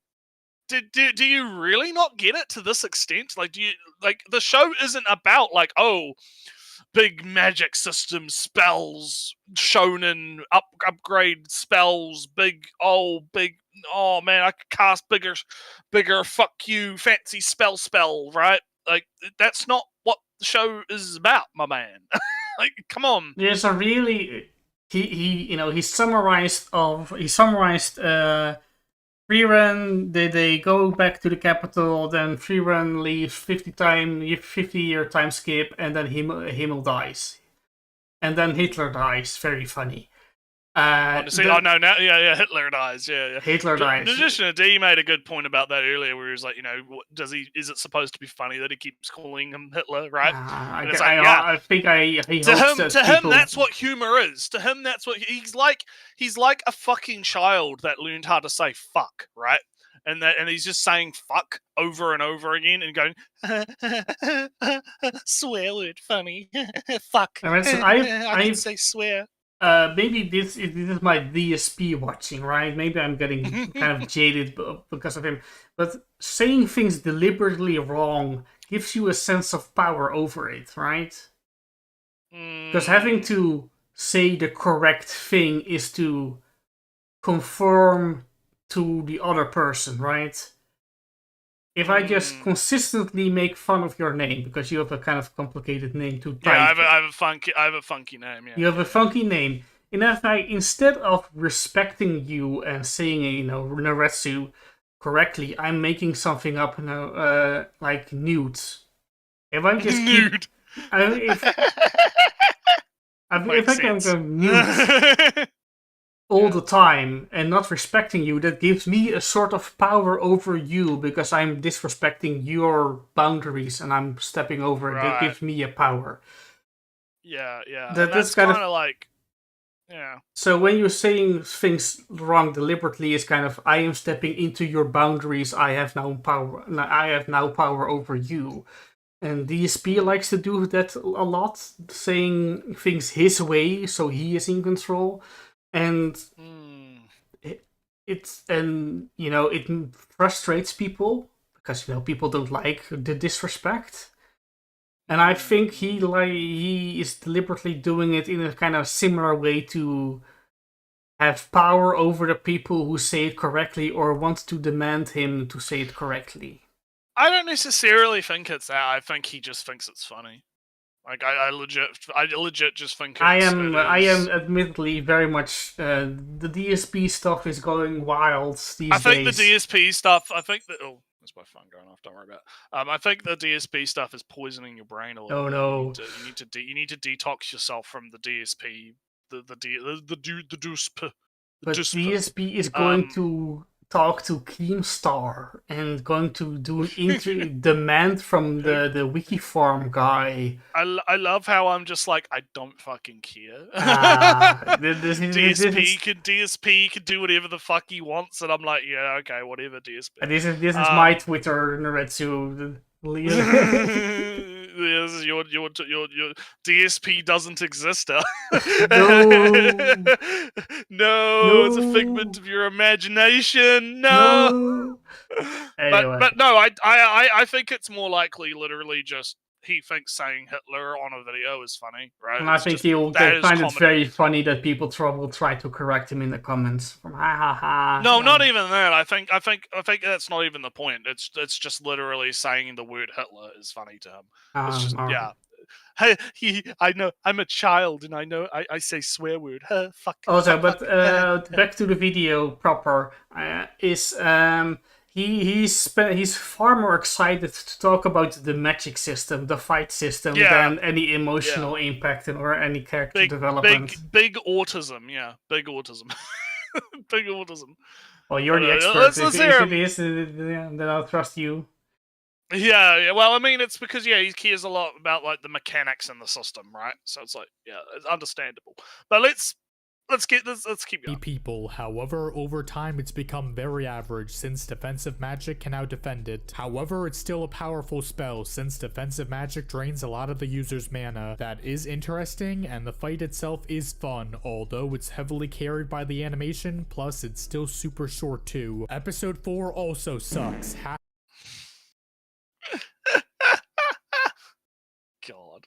Anyway. Half of it is spent with Freyren and Fern cleaning up a beach. Towards the end of episode 5, a new character gets introduced who's called Mr. Stark. I don't feel so good. He's the best character. Oh God, is that really gonna be his joke for this? Like, fuck off.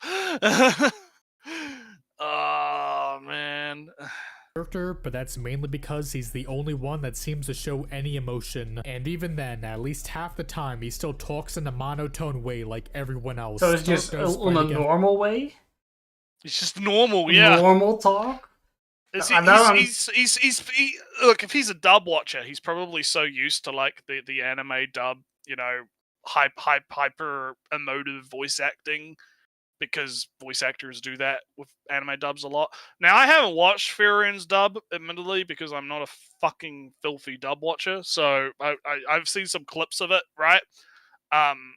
That's my experience. So maybe that whole monotone thing is him kind of watching the dub, and maybe the dub puts on a monotone. I don't know. If you look very carefully on the bottom, right, there is a piracy site watermark there.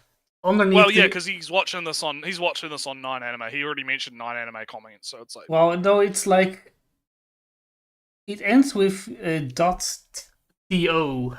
Yeah, a lot of them end in that domain on those. Oh, is it? All right. Yeah, that's normal. Don't worry about that. Yeah. .io, .to, whatever, you know. They use weird domains. Yeah, that's not a problem. But anyway, yeah, no, I don't know. I don't know why he's so fixated on the whole. But if he's saying that Stark talks monotone or emotionless, I'm doubting his judgment on how Frieren is talking emotionless. Yeah, that's what I mean. So, like, that's why I'm questioning whether or not is this like a dub thing? Do they just sound like that in the dub? What does he think monotone sounds like? Yeah, exactly. Because, like, in the Japanese, I didn't think they sounded monotone, right? In Japanese. I mean, of course, obviously, I'm not. You know, but I've been getting better at my Japanese recognition. But, like, it's very silly. I think it's a very silly thing. So anyways, continue. It's a dragon, which actually isn't half bad. This whole time, he thinks he's really weak, but in reality, he's super duper pooper strong. That was a surprise, but still, this fight is mainly carried by its amazing animation. What do you mean by, like, carried by? Yeah, I had the same question. Well, what is dragging it down? And what is carrying? Yeah, what is it? Yeah, what does he mean? But, like, does he want bad animation? Like, what weight is pulling the fight down? Yeah. What do you? Yeah, very, very odd thing to say. So yes, the first 6 episodes suck. There are some good ideas and even some decent moments, but overall they were to sit through. Freyren and Fern don't work well together. All the characters talk in a monotone way. The pacing is way too slow. The magic, as well as its world, isn't interesting. Hell, even the end goal sucks too. Freyren wants to go to the Demon King's castle so she can talk to Himmel's ghost, which I don't really care for. There's literally no Zero empathy, actually no empathy for the characters. No empathy. Eat rocks. Traffic woman. Fight scenes. Oh god. Threat in these episodes, and the only antagonist dies in a short battle. There's no tension, no stakes, and pretty much no exciting goal either. So the series just comes down. God this man would fucking die if he, like, I don't know, read something like, I don't know, Journey to the West or something, right? Like if he actually, oh man, it's what they're just going from town to town doing things. What? Where's the plot, Ellie? What? Where's the? Don't get me. Just watching, not even though the slice of life. Let's not include them. Let's bring in something like Mushishi. Yeah, yeah. Just nothing happened, Ellie. Nothing's happening. Why nothing happening? Please, why? Why no? Or happened, Shin Sekayori. Have you heard? Yeah. Have you heard of that? Yeah, one? I've heard of that one. Yeah, I've heard of it. Yeah. Does that have an antagonist? Yeah. Just fucking man. God, it's so crazy. It's so crazy how it's like. It's almost like he wants it to be super simple, right? Like he wants it to be battle shonen. That's what I hear. Well, based on what Gouda was saying, he wants it to be My Little Pony, right? Where it's like, oh, it's a cartoon show for kids. There's an antagonist. There's the villain, and the heroes have to overcome the villain, and we have to further the plot. And it's super simple, okay? Super simple, easy to understand for the little child, right? Shoten Kasuku, you know the artist from Sayonara Setsubo Sensei, the guy with the raccoons, the tanuki. I mean, yeah. What's the antagonist there in Nretsew? Are they just talking and doing stuff around town and having interpersonal, interfamilial drama? Yeah. I can go on with 1,000 other shows. 1,000 examples, yeah. Where the main conflict is talking. Yeah. That's group of emotionless characters walking around doing nothing. At this point, I was set on dropping the series since I didn't like it and failed to understand why so many people love it. But I decided to continue watching it since I really don't like reviewing only a portion of a series. Drop the drum! And so I watched episode 7, and it's by far the best episode up until this. Okay, I am gonna have a bit of a mean prediction here, Ellie. Do you want to know what my mean prediction here is? No. Ooh, alright. Demon racism. That's a good one. There was a fun I'm gonna make the prediction that the reason he likes this arc, right, is demon racism. My man, like, I'm not going to accuse my man of being a racist, but based on the fact that we've seen some right wing memes here and there, he likes saying the word Hitler, right? He like, maybe he swings a little bit in that direction, right? And look, there's nothing wrong with swinging in that direction. I'm not going to shit on you for that, but I'm gonna place a bet. How many racism jokes are we gonna see in the next like 5 minutes, right? How many 15, 13 memes are we going to see? Oh, those are the actual Hitler thing. I don't think he'll go that far. I'll think of 3, I guess. That's since... Free memes? Alright. In a minute, right? You said? Yeah, well, maybe. Well, in the next like segment. Like, let's see. Let's see 3-ish. Let's see what we got. Point. Everyone goes into a town and Freyren sees a demon who's trying to make peace with the town's king. She tries to kill him, but gets arrested instead. We then get a flashback of when Freyren was forced to spear a demon, even though it already killed a human. The town's chief took her in, but then a few years later it ended up killing him, so Freyren He has no sense of time, Nretsew. He said years. It's like years. It's like a week at most. God, but anyways, keep going. Believes that all demons are evil. I don't feel so good. It's a genuinely good flashback and one that I actually cared for. There were many flashbacks during the first few episodes, but none of them seemed important besides just showing. You can't hate on the flower scene. Yeah, but no, look, nothing happened though. There was no death. There was no conflict. There was no it was just them frolicking in the flowers. Right? Anyways, why Freyren cares for her friends. This one is important though, since it shows why Freyren hates demons who all seem to be the show's villains. It's also hard to tell what direction. Oh no, I see what's going on. Oh. I don't. No, you remember how he's talking about, oh, there's no antagonist, there's no how can I get into show with no antagonist? And then the demons show up and they're a clear demons are the bad guys, right? Demons are evil. Like like that, like literally can't be good, right? Yeah. Physically can't be good, right? So I think that's what's going on. Is because it's now he has like the tick box has been ticked, right? He now has what he wants. The simple, almost childlike, good guys, bad guys, conflict, fight, thing, right? That's where it's going, right? So maybe he's not going to be like doing the racisms. Maybe I yeah, you hyped me man. up, and I said 3, but there's nothing yet. Yeah, nothing yet. I was like, damn, this could be funny, but no, he's going in a different direction, which is kind of consistent with the rest of the video. So I'm not going to like say that it was like unexpected, but that's where I'm feeling now. Is like he's happy that there are now clear, like on an almost autistic level, there's like a clear distinction between good and bad in the show now, right?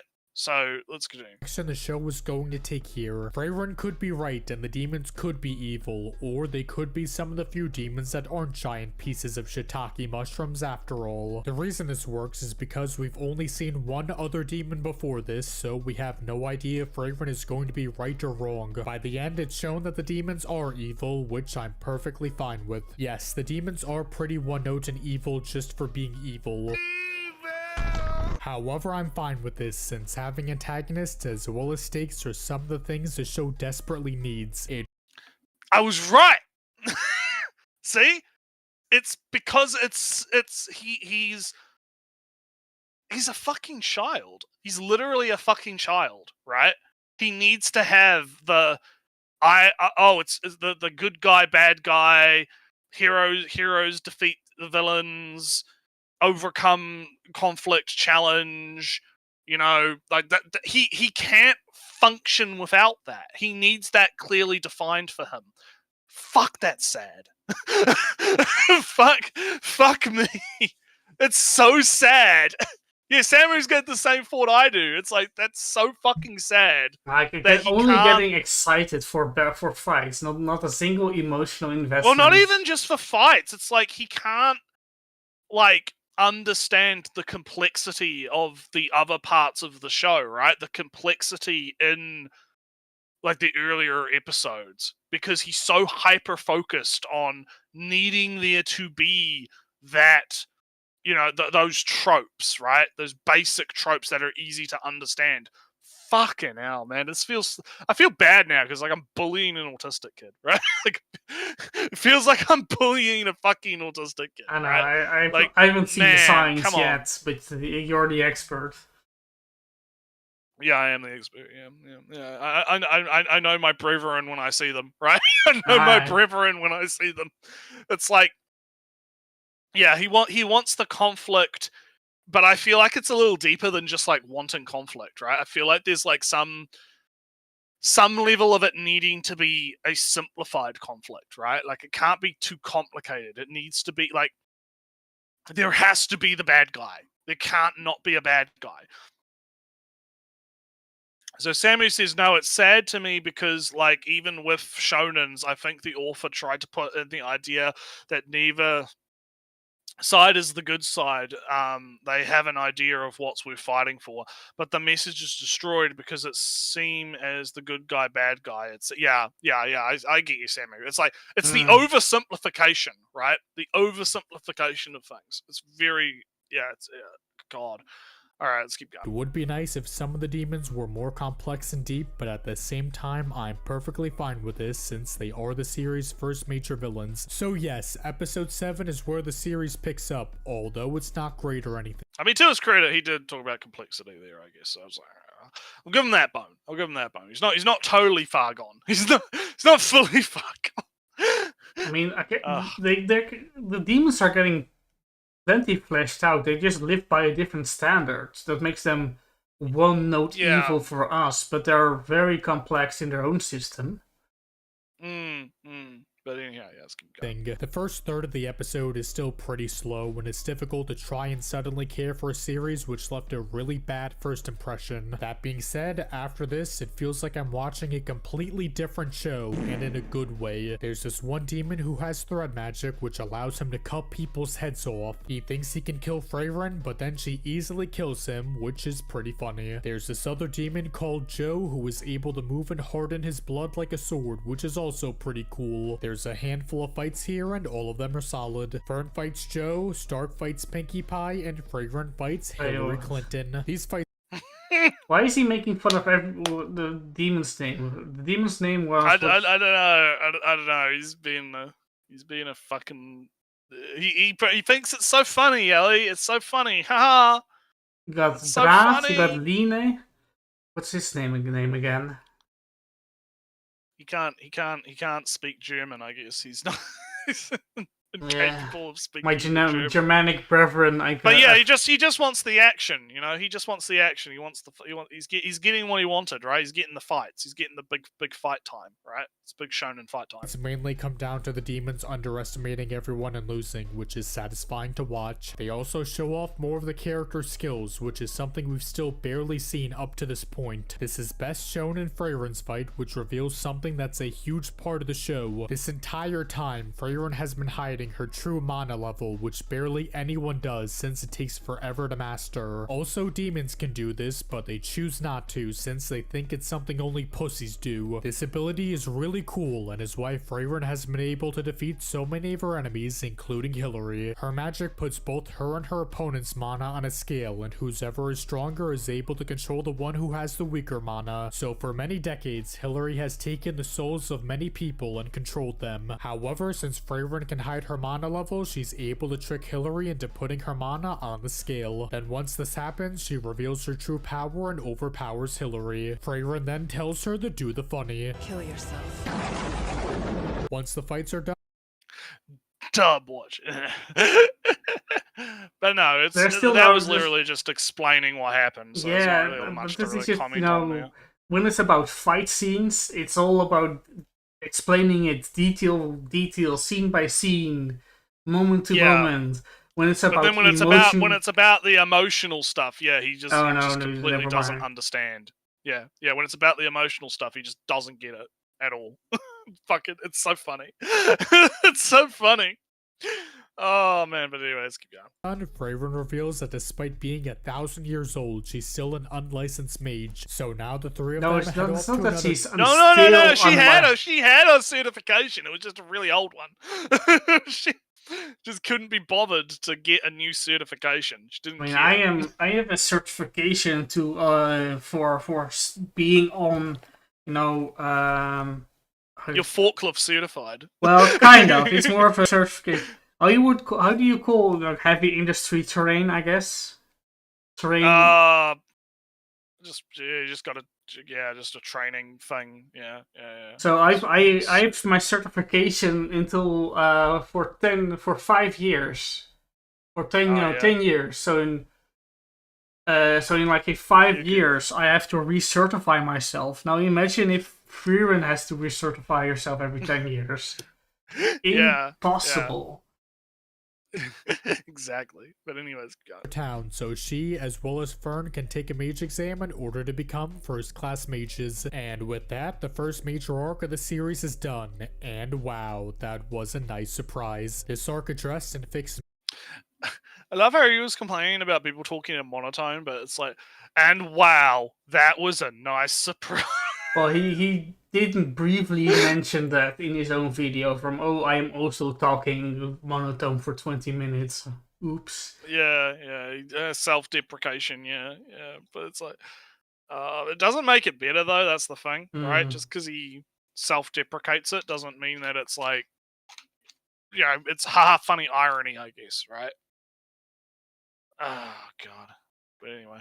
Many of my issues with the first 6 episodes. It's well paced, the magic and spells are interesting, the fights are good, there's an actual threat as well as stakes, and even a new goal too. The only problem would be its characters, since many of them still talk in a monotone way. That being said... Dude. Come on. There are many more characters. Alright, and again, no, Nretsew, you're literally- right. This is their personality. You talk in a monotone voice, you said it right. Some people just have a monotone voice. Yeah. That's just how it is. Yeah. And it's like, again, this all comes back down to like this weird like oversimplification, right? He wants things to be super like like he'll claim otherwise probably, but it's like the way that he's presenting this is like, this is good because it's clearly defined, the good and the evil. The big fight happened, and big fight is super cool, right? And you know, it goes from there, right?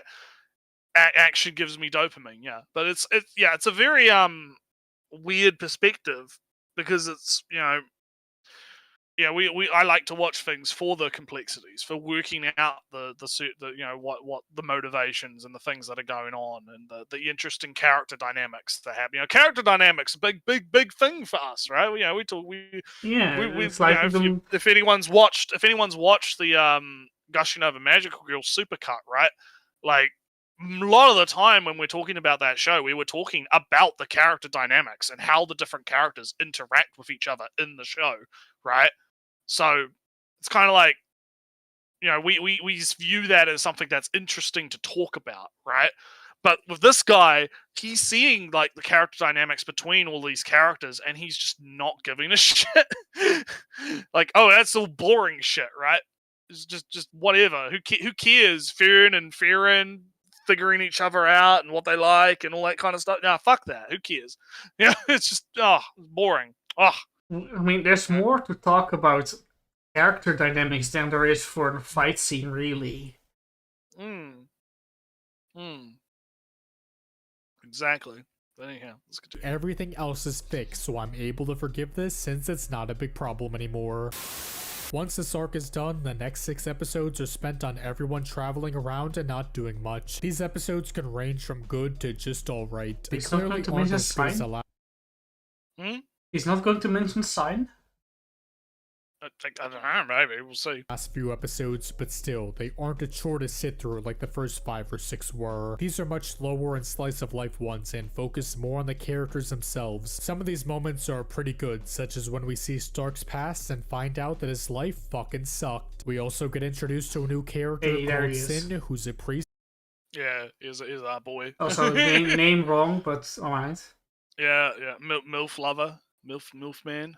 We like older women. And joins Freyren's party. He's a good addition to the cast, however, surprisingly, he leaves only a few episodes later. It makes sense for him to leave, although it seems like a waste since, again, he is one of the better characters. And if he wasn't here, I would probably be more negative towards these episodes. Speaking of negative, while none of these episodes are bad, there's definitely stuff to complain about. While it's not a chore to watch, the slow pacing is still a problem. Also, some of the scenes just aren't that interesting in general. Oh yeah. Oh, so, the guy who's the old man. So not interesting. Yeah. the Alzheimer, memories of a lover, past history forgotten, promises kept. Memory's so old that he can't even like. I'm pretty sure he doesn't even like remember what she fucking looks like. He just remembers the feelings, right? Yeah, and at that's that like point, so fucking like that's so fucking interesting and also really fucking sad, right? and also very real Like, because I have very fucking real. Yeah, it's like fuck, man. I mean, I have Nretsew. I had in the household there was a cat, a pet cat. Yeah, kitty cat. Yeah. And at some point that cat died. Very sad. Oh no! This is a cat. I'll scale up later. Don't worry.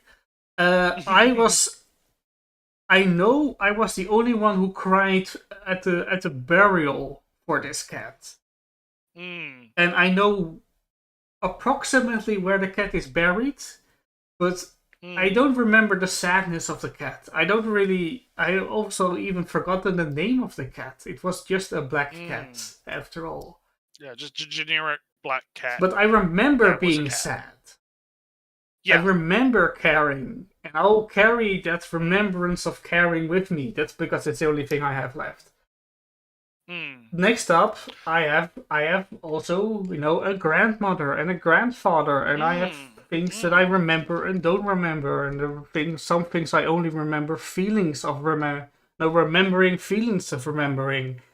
And that's the things you will have to carry on, even though you've forgotten it. Promises, semi-promises, life lessons you think you have learned from them. Sayings you might think you have heard them say, and you'll carry that on. And that's more important than I think than actually kind of remembering their face in a sense. It's nice to, but some life lessons are best remembered, even though they might be wrong later on. Yeah, it's oh God, I don't want to repeat myself, but it is very weird how he doesn't get that, right? Like, he just doesn't seem to understand why that, like, if he's gonna say that whole episode was boring, right? Like, he clearly just doesn't get it on a fundamental level, which I find to be very, very fascinating. From like a psychoanalyzing the video man perspective. Alright, so personally, right, so my enjoyment level of Freerun was started very high with Freerun. First episode, golden. Second, third, etc. Episode it was 3, pretty good quality all round. Yeah. Third episode, cool fight, magic, cool. All right, episode 4. All right, we have our goal. Then we meet Stark with a fire. We have a dragon, emotional. Then we got some fun things going on. We got the demon fight, and so after the demon fight, I kind of felt it being a little bit boringer. Even Grandpa scene, although I feel very much for it, I didn't really feel the same way like I did in the first couple of episodes, even like episode 5-ish or 4-ish. And then I feel it kind of picked up again at the magic arc. That's my personal trajectory through the season.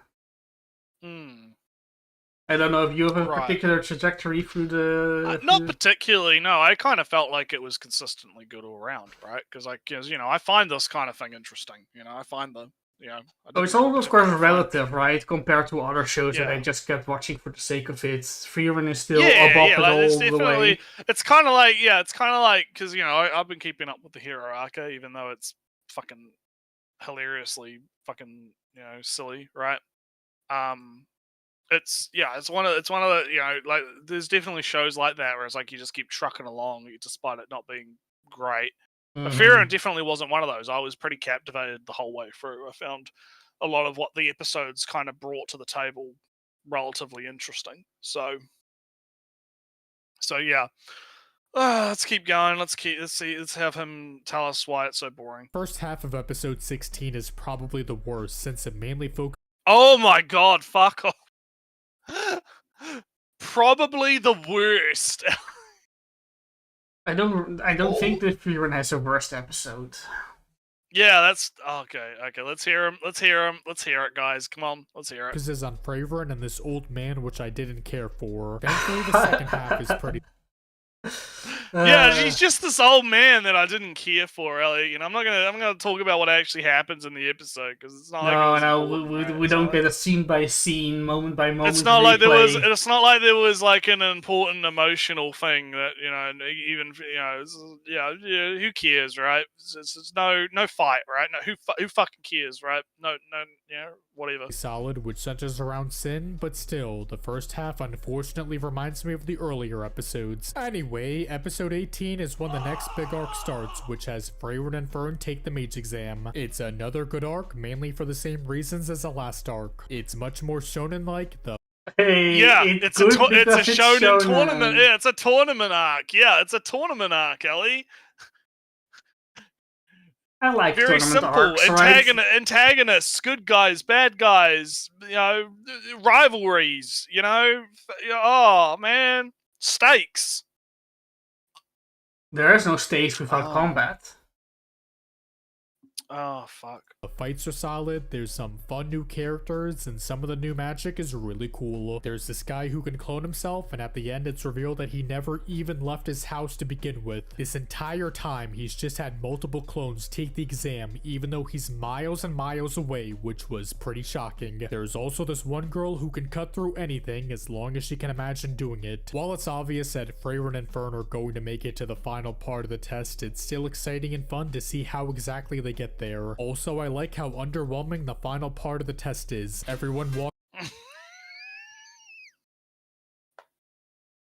Alright, let's hear it. Let's hear it. in, and one of the great elf mages tells them if they pass or fail. You One fail, off you the- fail, you fail, you fail. He's getting all these minor but seemingly significant things wrong. Like one of the elf mages wrong, spending years with the demon child, spending weeks with Fern, training her in episode 2. Low attention span, not actually paying attention to what's happening, right? Like, because there's reasons why all of those mages kind of failed, right?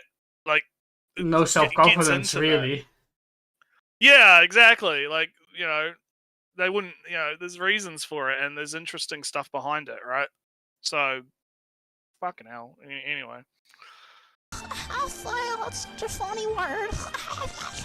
I thought for sure the last test would have everyone fight against each other in a tournament or something, and that the season would end on a cliffhanger. But no, they didn't, and because of that, the season doesn't end unresolved. Yes, the series is still ongoing, but I don't feel like I'm receiving a giant middle finger telling me to go read the manga now. Think of it this way.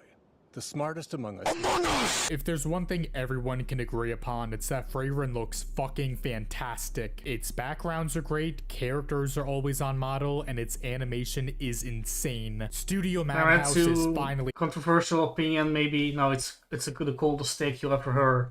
Being on model doesn't mean you're good. Yeah, there's this... I think Gouda mentioned this guy's like a My Little Pony YouTuber or whatever. Like, there's a weird thing in cartoon tube or whatever you call it, right? Like, that they have this really weird obsession with everything needing to be on model, despite the fact that a lot of the time when I see people talking about like on model, off model, it's like they'll use like a screenshot of like mid-action something in motion, in motion, and it's like a smear frame, and it's like, do you not understand what smear frames actually? Like, look at what we're looking at like right now, right? We're looking at these rocks, right? We're looking at these rocks. The rock. That's not a rock. That's an entire shard.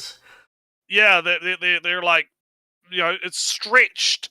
It's not on model. That's because it's in motion. It simulates that when it's in motion, right?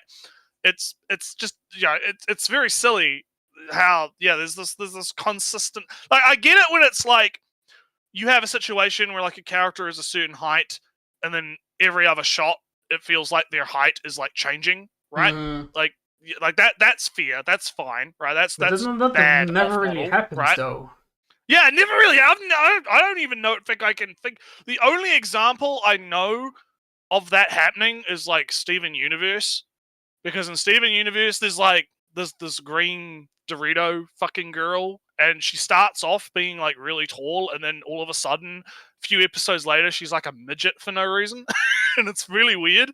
Like, why did they? Yeah, Parrot. Yeah. Gouda knows what I'm talking about. Like, that's the only example that I like know of, because that's the one that gets brought up a lot, right? And it's like, yeah, okay, that's kind of weird how she starts out like tall, and then for no reason they just decide to make her like, yeah. She has the leg extenders. Oh, yeah, that's right. But people bring that up a lot. That's why I'm thinking about it. Yeah, because it's like, but even then, if there's a reason for it, then it doesn't really work, does it? But yeah, so I can't think of an example then of it actually happening. I vaguely can recall in something. What was it? Oh, Nretsew Space Pirates. There's a scene.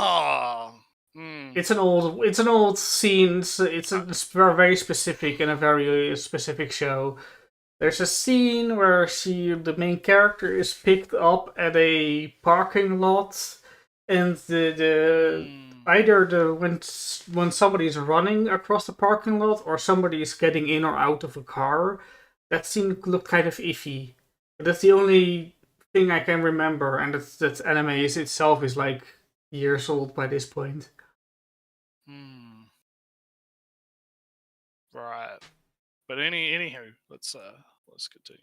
Back, and this is one of their absolute best looking shows. All the fights are extremely well animated and directed, and even during the slice of life scenes, the show still looks great. That being said, there is one minor complaint I have with the art, which is that it doesn't look distinct. It still looks like your average fantasy anime, and its character designs, while not bad at all, aren't very unique. There's nothing wrong with that. The eyes are very distinct though. Okay, I guess. And they're always well drawn, but it's hard to separate this from other fantasy anime. Again, this is just a nitpick since everything else about its art is amazing, so I can't complain too much. Keep my wife's name out your fucking mouth! Hey, look, he did the meme I did. As for its soundtrack, it's pretty good. I can't complain about much here either. This isn't something I'd listen to in my... Yeah, he's just doing basic reviewer shit now. Yeah, We're almost done anyway. personal We've only got, review. like 2 minutes. Personal review, Zoltrack, the song Zoltrack, absolute banger. I use it for my Beat Saber, Beat Saber, the VR game.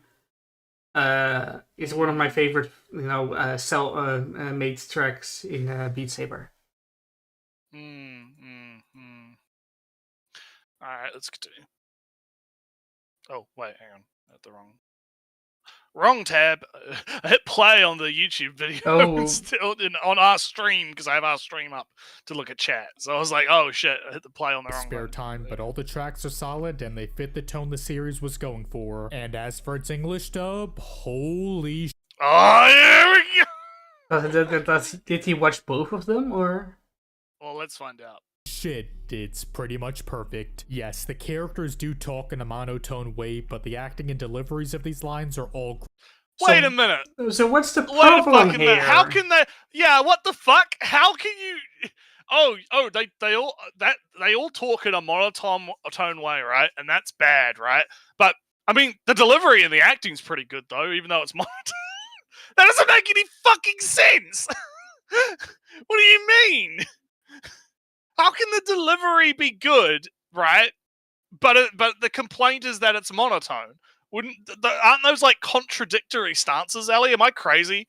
Am I fucking crazy? They would be contradictory because you have a problem with how they're spoken or conveyed. Yeah. But if you can get the emotion out of it, then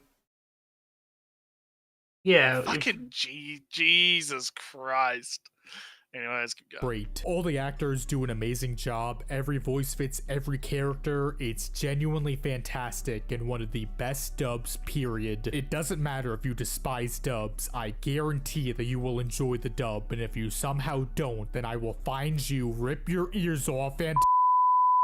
But yeah, Freyrin is... Haha, funny. Strong words from a fucking dub watcher. Learn Japanese, pleb. sort of a mixed bag, having a shitty and sluggish start, good first arc, decent middle, but thankfully solid final arc. Although many of my complaints with the first batch of episodes were fixed, some of them are still an issue throughout the series. While I do enjoy some of the characters, it's still bizarre that literally everyone talks in this monotone and emotionless way. While the pacing does improve, it still feels slow in some areas and even episodes, but again, nothing too bad. Again, if the first few episodes didn't suck, then I'd have no problem saying that this is a good anime. However, due to this one major flaw, as well as other minor issues, the series is unfortunately just... Okay. Maybe on a rewatch I'll enjoy the series more, but as for now... Maybe when you rewatch it in 10 years when your balls dry. Alright, that was mean, okay. I don't... That was a little mean, but I think he deserves it. He needs a little bullying. I'm just kind of wondering, how does a Nretsew, you watched 4 episodes. Yeah. You watched 4 episodes. The 5th and you didn't like it. You hated it. 4 episodes, you hated it. Right. Yeah. The 5th episode is good. Uh-huh. Are episodes 1 through 4 now fixed?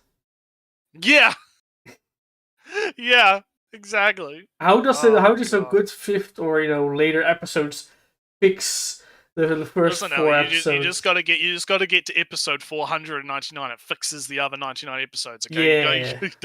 you just got to watch all the episodes. Okay. Now I'm giving Fragrance Home for Constipated Friends a 6.87 out of 10. Despite what people say, Fragrant isn't the best anime of all time, since that title belongs to the one and only Heaven's Lost property. If you want to hear me I mean, good taste, right? Good taste, right? But I don't know if I'd say. Don't know if I would. There's a bunch of emotional things going on, and also the main girl talks in a super monotone voice. It's fucking good.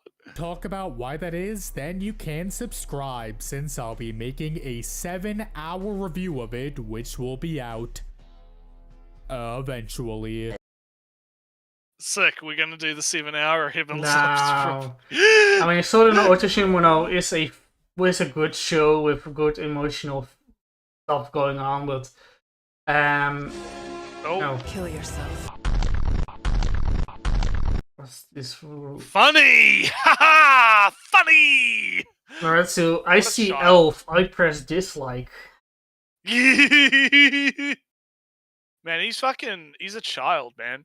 Like that felt like I was watching a fucking child try and review an anime. That's like my only final thought, really, is like the immaturity and the overall vibe I get is just, man, you gotta grow up. You gotta grow up. You need to be an adult. There's a weird, I can't say fear, because it's just a complete kind of rejection of this empathy of character development through emotional healing and recognizing your emotions or emotions in others or overcoming traumas. He said he liked the Stark episode, flashback, because his life sucked, I guess. I don't really get. I don't know what he wants or what he's looking for when he likes Stark stuff, but doesn't connect with Himmel dying, with Heiter dying, with Fern growing up, with Himmel leaving statues behind for Freerun, for Signs giving himself permission to give up, but that's bad to do. Sign just makes excuses for him to give up, even though he kind of wants to, but he just makes excuses to not do it. Even, normal people in Nretsew make excuses to not do something. Yeah. It's kind of almost a reverse for Signs. Why didn't you do that?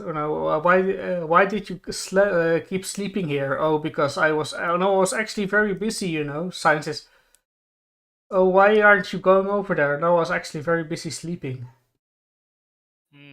Kind of reverse permission. Yeah. To simplify, I guess the derisive my derisive.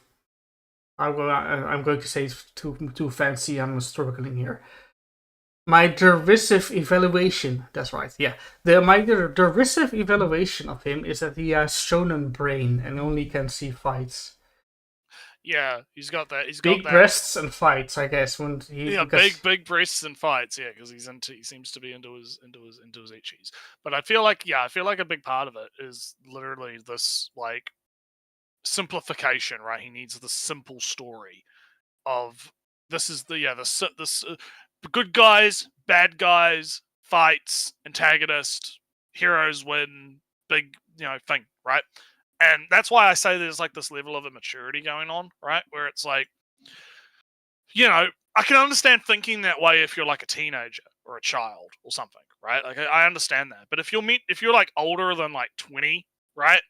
I feel like you should probably like start to at least understand nuance and the complexities of something like Furin, right? And be able to kind of empathize with events that are happening in the show that might not be directly related to, you know, plot and fights and tropes and stuff, right? That's just me, I guess. That's just me, I guess. Freerun, no, it's not in Shonen Jump, right? It's in a different magazine, but it's still in a magazine yeah. it's still in a magazine for the young ones. Oh, it's always a weekly shonen magazine, right? Yeah, so it's not Shonen Jump, but it's a shonen magazine. It is meant to be fitting in the format where, you know, the school kids fresh out of school buy their weekly manga from their pocket money. It's kind of meant to fit in that category. So I believe that the zoomies in this case, right? You know, in 5 years we need a different word for this. You know this one, right? We need a new word. For in 5 years it will not be zoomies anymore. It will be something different. But anyway, the gammas or whatever. Whatever. In this case, some other fucking term. This still is written for the zoomies also. Younger even, actually. The Gen Alpha, yeah, the alphas. But anyhow, yeah, that kind of is pretty much. You know, I think that's it's kind of my final thoughts on it. I don't really have much else to add, other than that, to be honest. That's kind of where I fall. It's just it's almost refreshing to get such a rejection of a central premise. Yeah, and it's also kind of interesting to, like, you know, get it, because it's like we said at the kind of the beginning of the stream, right? Like, we're so used to, like, Farron being gassed up as the big, it's the best anime that's ever animated. It's so good because it's not like those disgusting, creepy weeb animes, right, Ellie? It's a real adult anime for adults, right? I haven't seen that. Right? I don't believe that. Well, was that in the Fixing that's an attitude I've seen, and I've seen that attitude. Like, I don't know if we've covered a video specifically like that. I think I've gotten hints of that every now and then in a few videos, and I've seen that sentiment, like, around, right? So I'm kind of like, yeah, nah, kind of, maybe I haven't seen it that much. Anywho. I was reminded of something. I forgot something that's vaguely related, but later, maybe next week, maybe never. Maybe we'll figure something out. Figure it out. But anywho, 2 weeks this week. Yes, we have two episodes. I'll start because you've got more to get through than I do. Let's start with the elusive samurai. Yes. So what's our Shota boy been up to this week? Well, Shota boy has been kind of in the background because last episode we left Shota boy kind of in a precarious situation where he was, you know, in a storehouse. He was getting tracked by Sonar Man. It is nighttime, so Eyeball Man, arrow bow shooter, sharpshooter with the eyes was kind of useless. But there's Sonar Man with ears, and he's kind of compensating for our arrow eye man. And they make a very good tag team. And eventually the goal is to get rid of the Imperial Authority, a piece of paper that says I can do whatever I want by order of the Emperor. And to kind of skim through this arc because the thing gets burned. Oh. The authority gone, no proof that you can do whatever you want because the Emperor said so. There's no paper that says from the Emperor that says it. So, Nretsew, you can just get a new one, right? Yeah, just walk up to the Emperor and be like, "Yo, bro, sign this document, please." Yeah, but the Emperor says, "Nah, I'm not doing it anymore." You know why, Nretsew? Why? Why is the Emperor not doing that anymore? Because everybody is coming to the Emperor and said, I am the one who killed 1,000 warriors. No, I killed the king himself. I got this gun from the Europeans and I killed the Europeans, but then I lost the gun. I'm sorry. Can you give me authority, please? Yeah. Is it the 1300s? Oh, sorry, I meant, sorry, I'm from the Chinese, I guess. Yeah. So there's 1 million people claiming to have done amazing feats of heroic whatever, all wanting authority to do stuff. And the Emperor says, nah, I'm done. Nah. He says nah. Nah. He says nah. Every authority that's sent out is sent out, and there will be no new ones given out.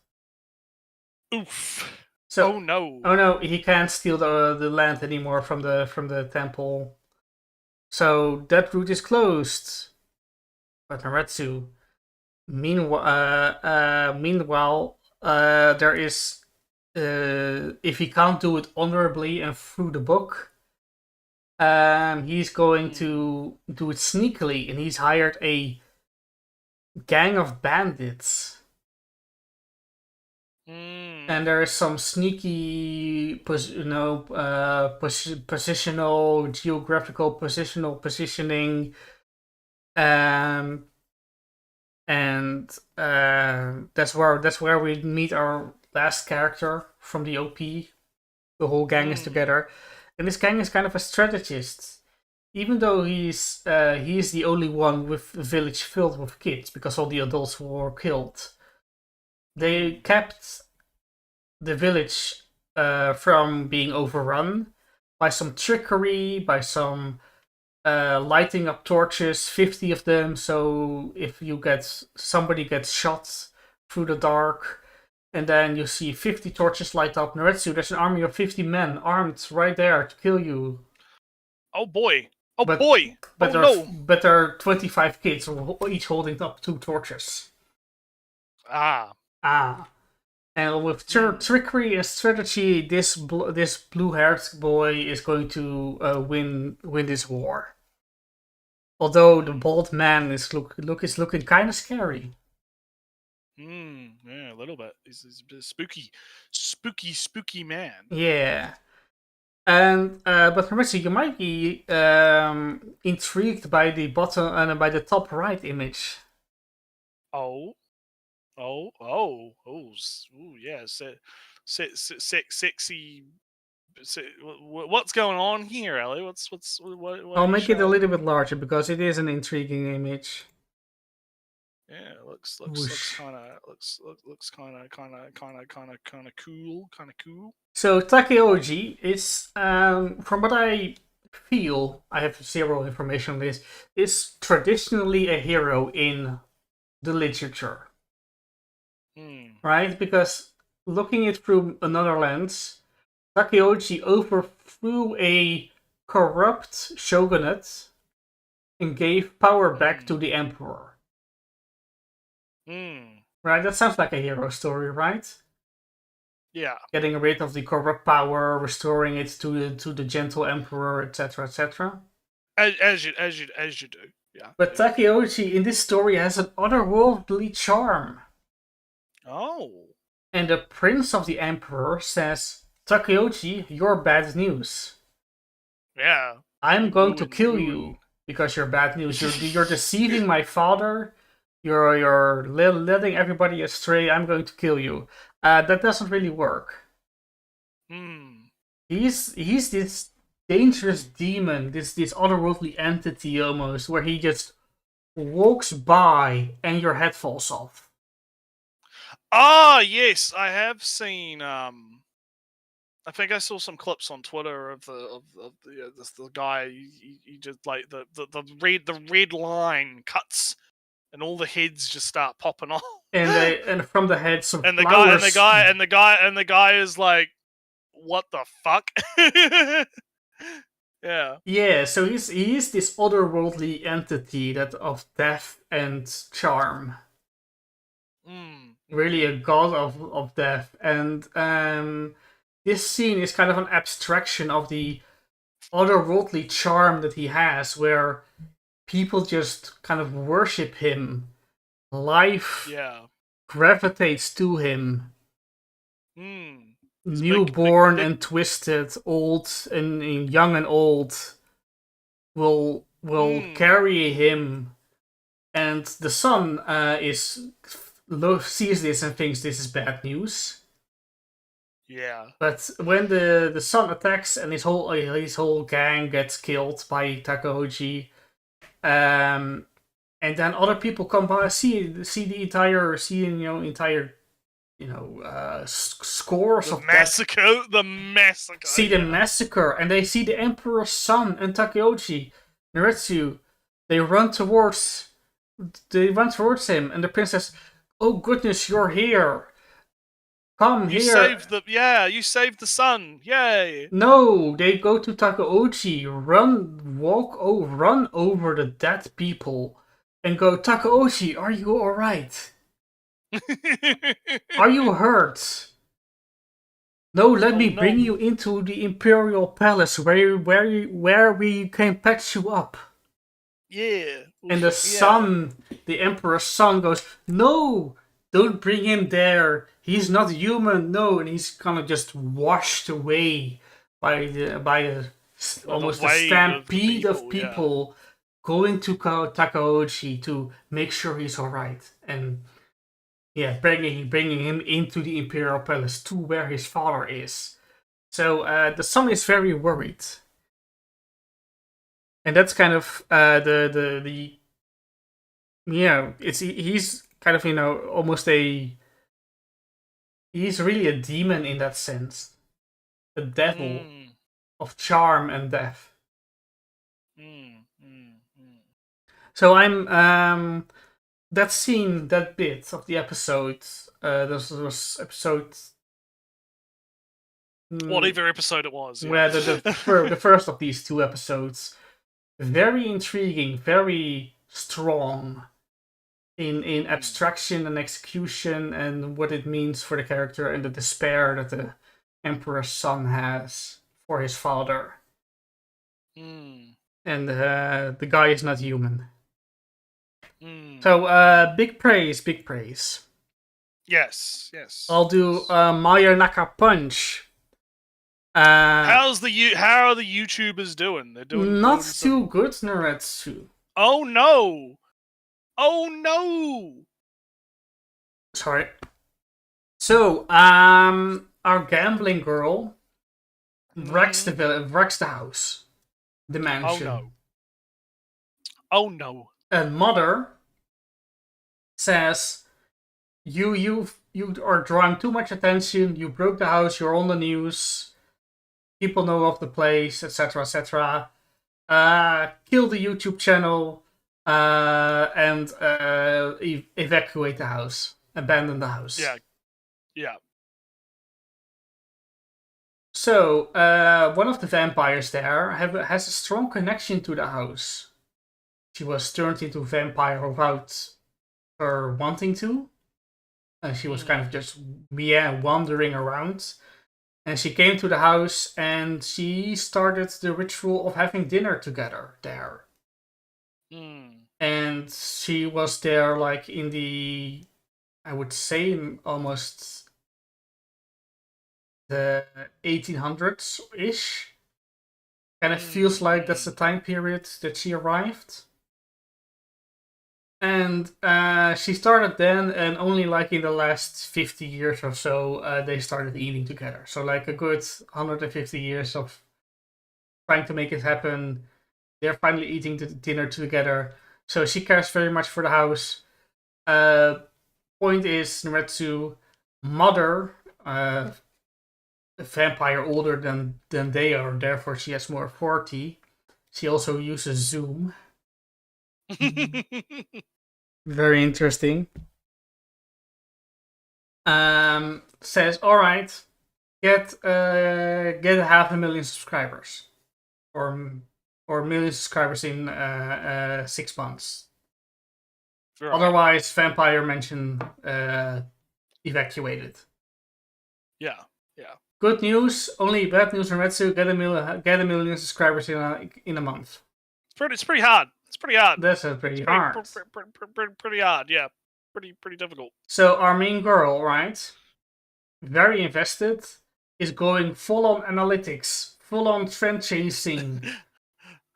Big analysis. All Autism right, mode. everybody, Activate. 2 shorts, 5 shorts a day, free recordings every day, 2 episodes a day minimum, cut up into shorts around the same time. Why aren't we doing that, Ali? Why aren't we doing free streams? Also, analyze the clips, see what's cool. All right, people like us individually and doing some funny things. All right, do the trends, Let's do the trends right now. 2 episodes. Yeah, oh yeah, big Every trends, two of the 3 episodes, 2 of the 3 recordings has to be a trend thing. All right, do it now. Right, and I'm guessing that this is going to lead to some pretty big burnout. Very much. She's Liv, the main vampire girl, wants to help, but she is not a professional editor as our protagonist is. So she's doing it wrong, leaving the timings off, too much time between there, you can cut that out, that's not efficient, etc, etc. But the numbers aren't going up fast enough. Oh no! Oh no! So she's doing some introspection and she's going to... I'm getting some messages from my family in the middle of the night. How terrible. Oh no. Oh no. Yeah. But she goes from, all right, this isn't working, why not? Then she's going to watch her own old videos with her old group. You know, she punched them for episode 1.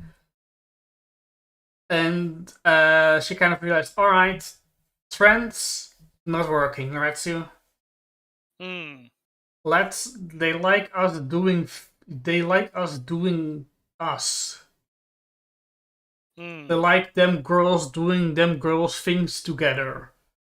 Yeah, the talking. girls doing the thing, do thing, girl thing do. So she just grabs the camera and says, all right, 4 of you in the bath, start talking. In bath now, start talk. Let's go. And it works. They have their funny, quirky conversations. And them being in the bath also gets some views, so who cares about that?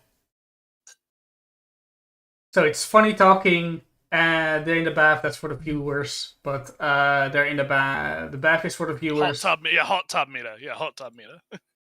But the funny talking is the main thing, because everybody can sit in the bathtub, Nretsew. You have to do the funny talking. You have to do the chemistry. You have to do the chemistry.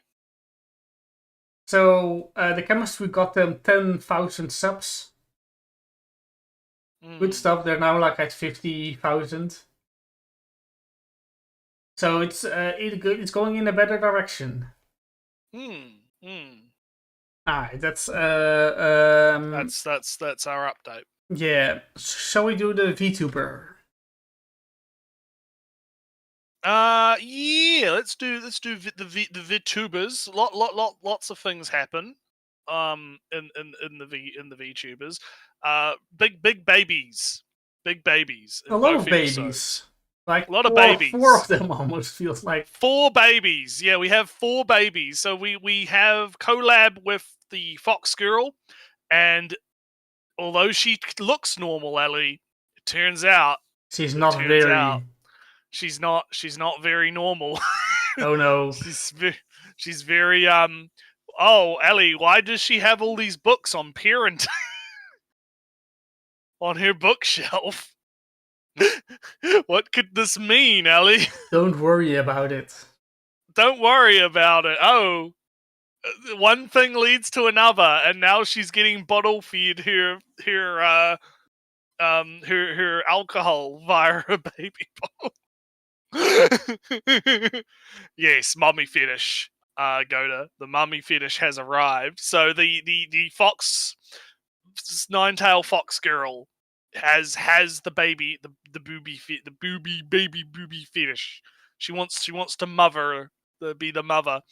And Funnily enough, I believe it's implied that this comes about because she sees all the other girls doing crazy stuff, and she's like, I have to do something. I have to be the mother. I have to be the mother. I have to do something as well. That's out there and wacky and have fun. Have fun with my friends, right? And so they have a collab Zaibatsu Q&A kind of thing, and they end up having a fight over who's going to be the mother of one of the other girls, and then they ring up the other girl, and the other girl is like, "You can both be my mom," and she's like, and they're both like, "Ah, ah." So it's quite good. It's quite good. I'm trying to remember actually all the stuff because it's quite hard when it's 2 episodes, right? Because quite a lot. Yeah, and this is like a very happens. laid-back series. There's not the. It's a very laid-back series. Yeah, It's a bad There's series a with lot. no development. There's nothing going on. Yeah, kind of. Oh yeah, they weren't doing. They were doing the news show. That's right. Yeah, because I've got the stream open, so I can look at it. I'm relying a lot on your image skills, right? Alright. To remind me what the fuck happened in the show, right? I'm going to keep saying it's very hard with this is a very talky series. I don't know. I think I maybe I need to start sending you fucking screenshots because I think I do a somewhat better job. Maybe this is my forte. This series. Your weakness is this kind of series. But anyway, yeah. So the baby stuff happens. I'm trying to remember what was the second half of that episode because the way this show kind of works is you kind of get like 2 stories, right? You get like the first half of the episode is going to be one thing, and then the second half of the episode is going to be another thing. So right? The first half of the episode that I'm skipping, I skipped right here. It was a quiz show with the animal. Ah, yes, that's the part we're forgetting. Yes, they had a stream where they were doing the one girl was doing a fun quiz show, and everyone's doing funny answers to the questions, and it ends up being quite it's quite fun. It's quite fun. Increasingly forced ways, it was correct.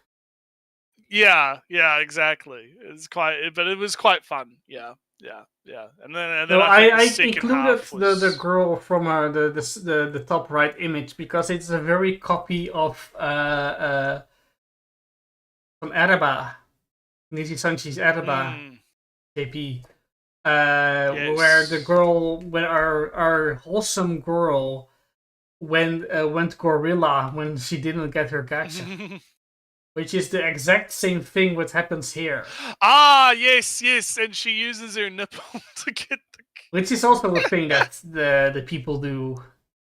Yeah, she used her nipple to roll the gotcha, and she got the character and starts screaming. Yeah, it's quite good. Which is an actual VTuber thing that happens, so it's... Yeah, a lot of references in the show to like good VTuber history and stuff. That again, I think the author definitely is into the VTubers. Very much knows what they're doing. So that was kind of that episode, and then we get into the next episode, and our main girl goes to the office, and what does she find, Ellie? Oh no, cardboard cutout is on the floor. It's poor girl on the floor, but we don't know who it is, so she's a cardboard cutout. And then so they both go and they have a chat, and I've mentioned it before, I find the whole cardboard, like the way the show plays around with perception to be quite fun. Where I think it's I said it last time, I believe at least, that I think it's a little bit strange to portray normal people as faceless, as even though they're in your same company, they're their coworkers, they're in the office where you are. No, they're faceless. They're NPCs. They're NPCs, Ellie. So are your coworkers faceless NPCs? That's kind of a weird image. It kind of is, but at the same time, I like it because I think it leads to some interesting stuff, like we saw in this episode, where both our main girl and the girl that she's talking to both view each other as NPCs from each other's perspective until they and they go through a process of slowly figuring out who they are, right? Mm-hmm. And it leads to them. Once they figure it out, they transform into the character, right? The VTuber character. right? And it turns out that she's talking to the baby girl, the elf girl that wants to be a baby, Yeah. right? And it turns out she's a manga artist, or was a manga artist. And she tried very, very hard to get published, but it didn't work out. And then she had to go try to find a real job, and she got traumatized trying to find a real job. And that's why she now wants to be a baby. Because yeah, as you do, right? Give up on adult life. Become baby, okay? Become the baby. And so they end up deciding to have an impromptu IRL collab stream in the office, right? And they have fun, and there's funny shenanigans that ensue from this, where they, there's the fucking, we have to do the tickling that happens, and all this fun stuff, right? But it is also weirdly wholesome as well, because it's like she was too. He wasn't confident enough to ask for collabs, and she was being very shy. But the main VTuber girl's like, "No, I'll be your mommy. I'll I'll be your good senpai, and I will help you. We will do collabs. It'll be fun." And they're like, "Yay!" And then the second half of the episode is we have, as you pictured in the top, the short-haired ASMR girl who is a shut-in, kind of never really done social stuff before, goes to the theme park with our main girl, and it's all wacky fun, her getting overstimulated by all the stuff around her, happy fun time at the theme park. And it was quite enjoyable, and they're talking about it on the stream, and that's kind of how the episode ends. Yeah. Right? So yeah, VTuber show, consistent quality, I'd say. Consistent quality each episode. We've had a lot of really funny stuff. I also quite like. I think that it's this is one of those shows that actually is really hard to watch subbed, and the reason is because they try to sub all of the chat. So whenever the chat just starts spamming on the screen, you get like a million fucking subs on this. It's like words. I keep saying it, right? This show should come out a week later, but typeset, it's painstakingly typeset. I actually agree. I think it would make it a lot better if they took the time to like actually do the typesetting for the chat, and instead of like just layering it on top, because it's just text on text on text on text, right? And it's like, of course, it also comes up really quick, and you don't really, unless you pause it, you don't really have time. But the thing is, right, you're not really meant to. Yeah, you're not meant to. Yeah, like that's the other thing, is that you are technically not. You're only meant to get like glimpses of it anyway. But we're not getting kind glimpses of how the Japanese... if it's all stuck in a corner somewhere else, away from your view. Or it just completely covers the entirety of the screen, right? Because they just layer it on top, right? So it's, I think that's like my one complaint, right? Is I feel like it would be better if it was more painstakingly typesetted, to be able to like have the chat go across the screen without it, being stacked in a corner, intrusive. Covering faces. But anyhow, other than that though, no, the humor's good, the references are good, right? Like there's all kinds of funny references. The fact that they like actually reference things like real things, right, is quite good. I didn't catch the EDs for the last 2 weeks. I mean, no, sorry. They've still been karaoke's. So yeah, but sorry, I meant more like I didn't catch what the EDs were about, because the last 2, I believe, because there was one where was it? So not last week, right? But the week before that. She was not doing the baby song with the Welcome to the NHK. That's the one that's the episode before this. Yeah. No, the NHK song. I know the NHK ED. I didn't recognize the songs they used for the ED these times. Yeah, I don't know any of them either, so I wouldn't know. But still, good show. Highly recommend. Gonna keep watching. We'll talk about it next week. It's good. It's good stuff. Yeah, I'll do quickly Too Many Losing Heroines. I really do need to catch up on it. I really do need to catch up on it. I have like the first few episodes downloaded, but I just haven't had the time, man. Just haven't had the Nretsew, you're time. missing Just out. Just realized. look. I What's know. I'm missing out on the NTR. I know it's bad. I should be getting into it for the NTR.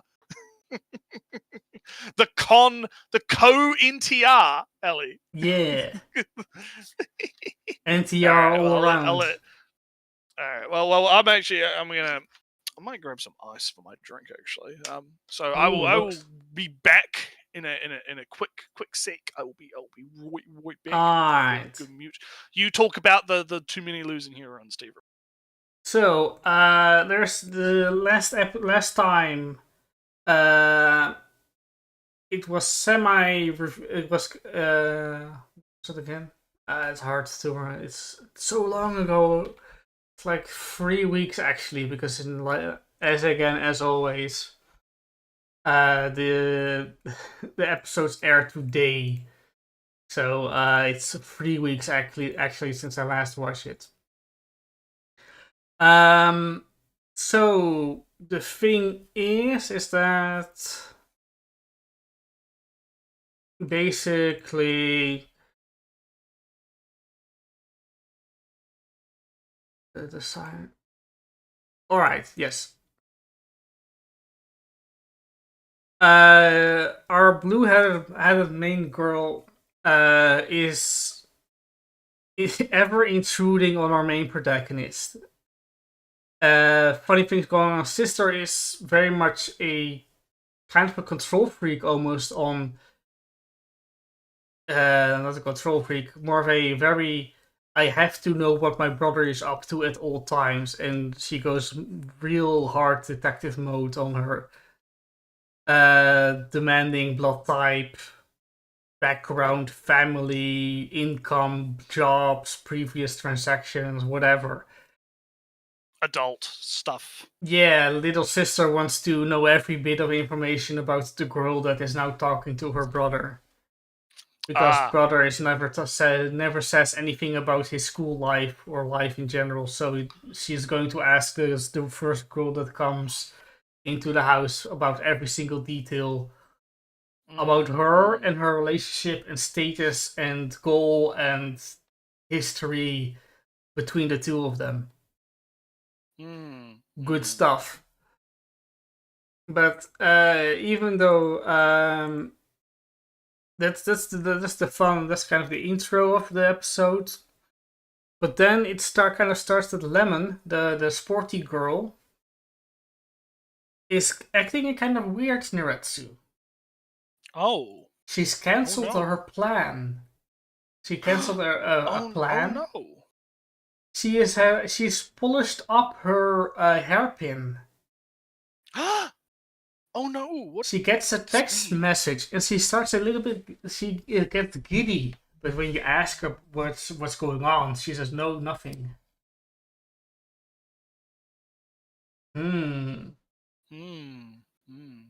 So while that is going on, our main girl Anna is going, oh, I am totally over my crush. I'm totally over it. Hey, I've read this book full of affirming quotes and now I'm totally fine.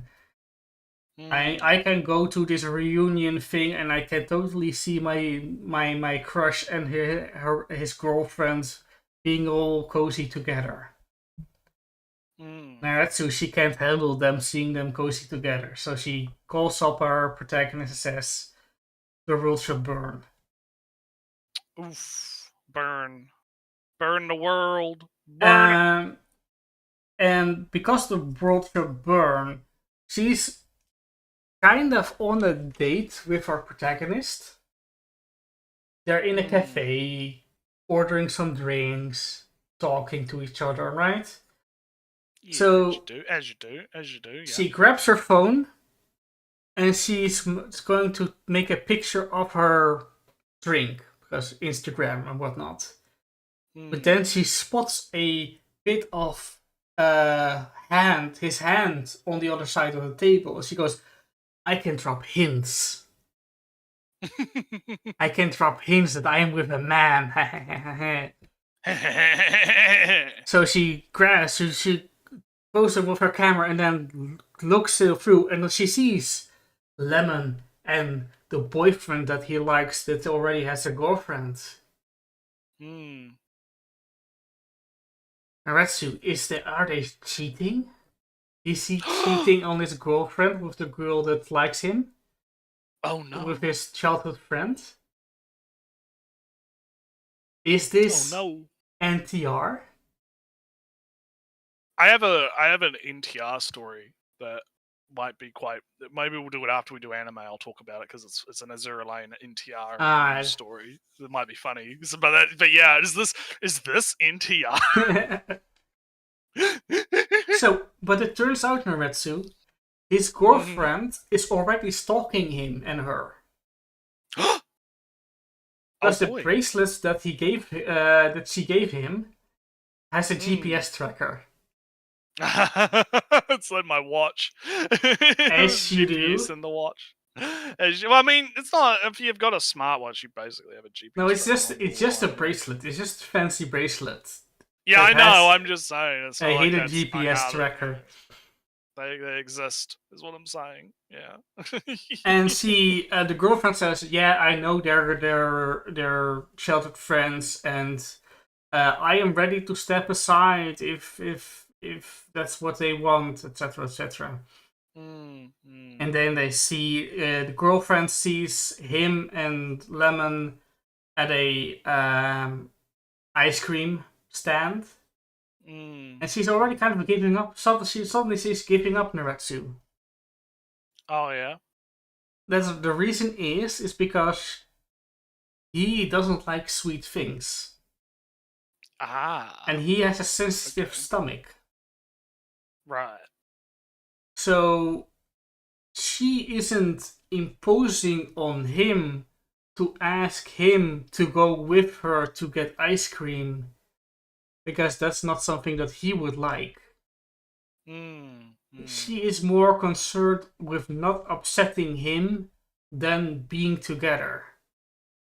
Well, Lemon is not concerned with upsetting him, and he's not concerned with upsetting her. He took Lemon to the ice cream because he knew that she liked it, even though he himself wouldn't take one. That chemistry, that girlfriend is very dejected by that. She goes into a shop. She spots boyfriend coming in. They hide in the dressing room together. Protagonist and girlfriend are hiding in the dressing room together. They get spotted together in the dressing room alone by boyfriend. And then she goes, he will explain everything, with her hands up like that, and his shirt with country on it completely highlights NTR. And NTR. However, Nretsew, the next episode, this gets kind of downplayed rather quickly. The boyfriend that we're talking about is not very bright. Oh, he's a bit of a dum-dum. He has glasses and he has good grades, but he isn't very bright. The first excuse that he hears gets accepted. Oh no, the reason why I was together with your girlfriend was because of advice. I want to ask for advice. And he goes, aha, I see. Oh no, I know exactly what you mean. People say that I'm a bit slow on this stuff, but I get you. I see you. I understand. It doesn't understand. He doesn't understand at all. So they're doing a double date kind of deal. To clear his suspicion, kind of. Not really suspicion, because he is already completely convinced, but to do something. Nretsew, during this time, Lemon does the thing. Lemon accidentally says, "I have a crush on you." Oh no. She runs off. Or our protagonist runs after her because she has no protagonist of her own. He himself, of course, thinks of himself as a side character. They're all kind of side characters in this sense, right? And though Lemon says very kind of happy things, that almost kind of give almost somehow a history of him and of her and his childhood, her childhood friend together. She kind of lies about the ending of it. She tells it. She tells it in the story of a. She tells it in the format of a happily ever after fantasy princess story, where she is the princess in that story. But the story doesn't end like her life is. So what's going on there? Right. Some hidden things going on. So she's depressed. She kind of runs off to the countryside with her to her grandma, and the rest of the group, the literature club group, goes after her to say, "Hey, you okay? We have to say, yeah, we got it. We'll just hang we're around here." for you and cheer you up by being in proximity to you." Yeah, be funny time. Grandma is very accommodating. She says, should I get sushi? Nretsew, if you have heard anything about our main girl Anna, it is that she eats. Yes. I mean, we've got the calorie tracker on the website, right? Yeah, so when our protagonist says, "No, you don't really have to," she goes, she pins him down and says, "Yes, we'll take the sushi." Yeah, it's too late. It's too late. It's already done. The damage is done. The damage has already been committed. Yeah. No recovery. Yeah, and so the episode ends with them staying the night there, which he wasn't informed of that they would be staying there, but it was already planned that they were staying there. Also, the Gario zombie girl is still very much a zombie girl. I may have not talked about her before, Nretsew, but she doesn't blink. She's lethargic. That's an interesting, an interesting kind of thing there. She just, when she walks into Nretsew, imagine walking into the room and you just flop yourself forward and just with your head pull up and look at the other person unblinkingly for the entire time. As you do. As you do. So she is a zombie of some kind. Also works for the student council. Fun time all around. It's just a show where things happen. Nothing happens. Fun things. Anyway, let's Nothing ever happens. Nothing ever happens, Ellie. Nothing ever happens. I mean, stuff does happen in Oshi no Koi, I guess. Or however you say it. Yeah. Fun things happen. Fun things you say? Yeah, well, trauma, I guess. If you like think trauma is fun, I guess. But okay, so basically, yeah. So this is like two pronged, right? You have redhead girl, right? Kana needs to be put in the spotlight. We need to give her time to shine, right? Do the acting that she wants to do instead of just doing the acting she thinks will get her, help everyone else, Well, she's kind of traumatized outside to get out of the spotlight. No, if I put attention to if I draw attention, if I'm being selfish, if I'm imposing, my life will, break down. And there is the whole bit of a, I wanted to be a beauty pageant. Let my 5-year-old child walk in a bikini in a there's a bit of that. There is a bit of that going on. I need to live vicariously through my child, right, to achieve my dream. And Nretsew, that is a kind of normal thing to do, actually. Yeah, it's quite common. It's quite a common thing. Well, it's not even really a common thing. It is kind of a Nretsew. I never learned languages. I wish I would have learned languages. I'm going to put my child in language courses. It will be good for him. Yes. That is a sense. That is a vicariously living through your child. Kind of also but that is more of a giving the opportunity that you didn't have to your children, so you can see the success to your child.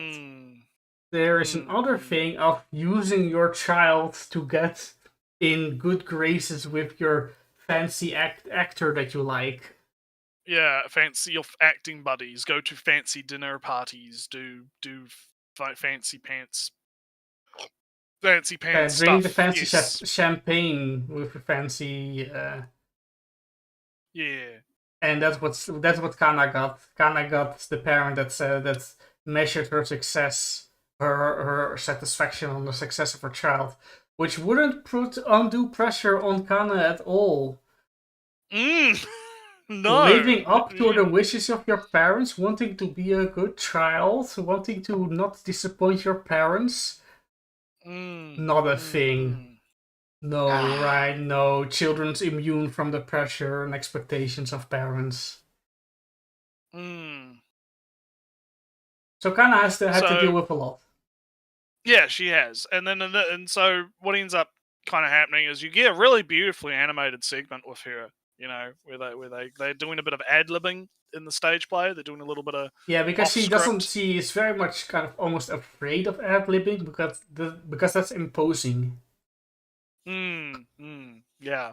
So so you know, we've got both the other characters going to be like, yeah, no, time to bring you out. You get the spotlight instead of you putting the spotlight on everyone else.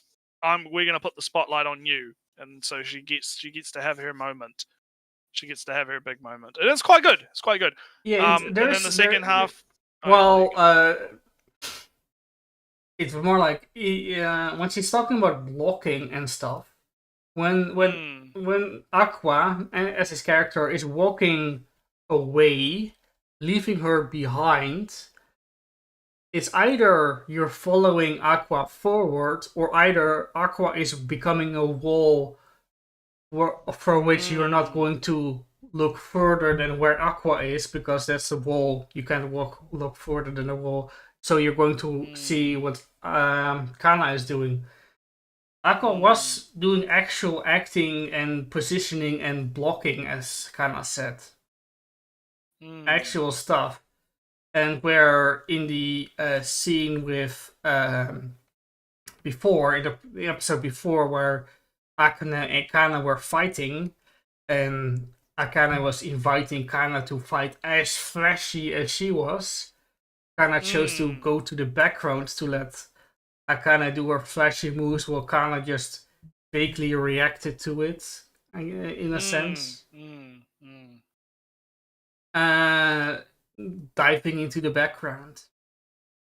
Yeah. The beginning of the last episode, this episode, had a very neat, almost like triple imagery, where Kana was walking off the stage in her regular outfit. She would be wearing her fancy character outfit. But while Akane was doing her fancy moves on the big stage, she was walking off the stage in her normal clothing, looking like wistfully at the good acting there was. But when the camera pans down, there's a reflection that she's looking down, depressed.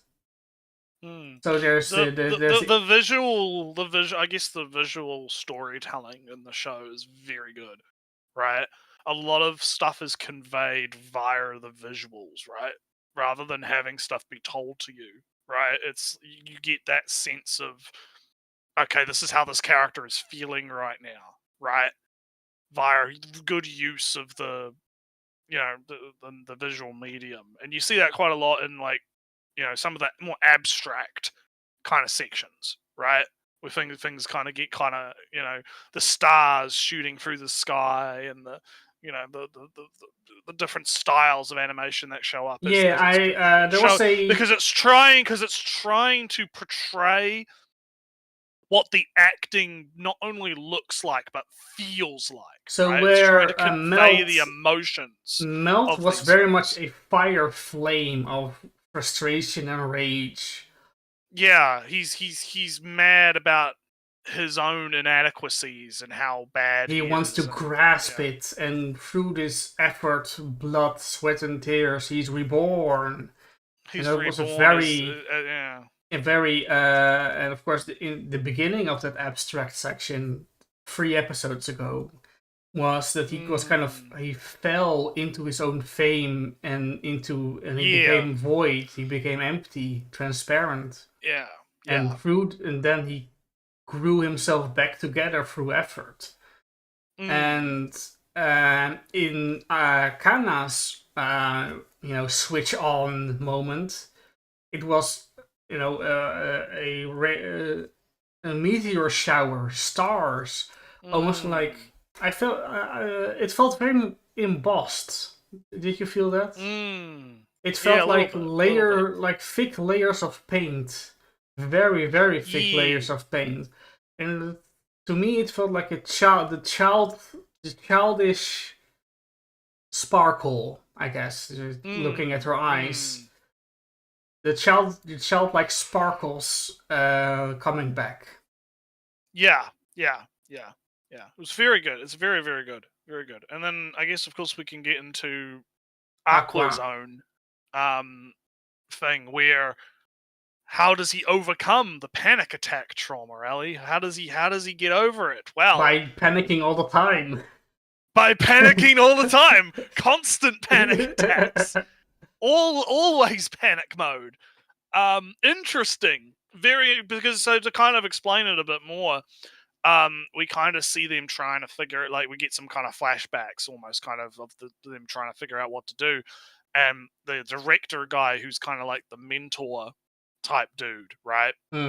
Is talking about how everyone else is enjoying acting. They're drawing from that enjoyment of acting, but you're acting because you want revenge. That's the only reason you're acting. So you need to hate acting. You have to hate every minute of acting. And you have to never enjoy hate the people acting. who are standing in your way. Kana, you like Kana. You just helped her getting out of herself. No, fuck her. She's in the way. Yeah, no, fuck her. Yeah, fuck her. No. Everyone is an obstacle. My girlfriend, Akane? No, she's an even bigger obstacle. Get away, get out, get out, all of you. Yeah. I will kill that fucker, right? And if you stand in my way, I might kill you too. Yeah. Big anger, big hatred, big, draw on those emotions, right? And never enjoy acting again. You will always be in pain. You have to go the other direction, right? Swing hard into embrace the toxic. Embrace the toxic, Which Ellie. is terrible advice. Go to therapy, Aqua. Which is terrible advice. But it works, right? It works in the context of, like, what's, IRL? Yeah, don't do that. No. Bad. But in the context of Aqua and his story, yeah, probably the best choice of action. And it works in terms of how, because we're seeing, like, the play happen, right? And how how Aqua's kind of, he gets super angry, right? And he's almost like a fucking ravage animal, right? Attacking the main character of the play, right? Blaze, this is broken people need broken answers. Oh, that's good. That's good. But it's true though. That's kind of like what's going on here, right? It's like, Aqua needs to be able to harness that energy, right? That revenge, that rage, that raw emotion of not being able to defend. Not being able to defend not being able to save her, not being, having to just stand there and sit there and watch it happen, right? Very fucking powerful. Very powerful stuff. And again, the visuals of the show display it so perfectly, especially with the eye motifs, right? Like you have the star goes black, right?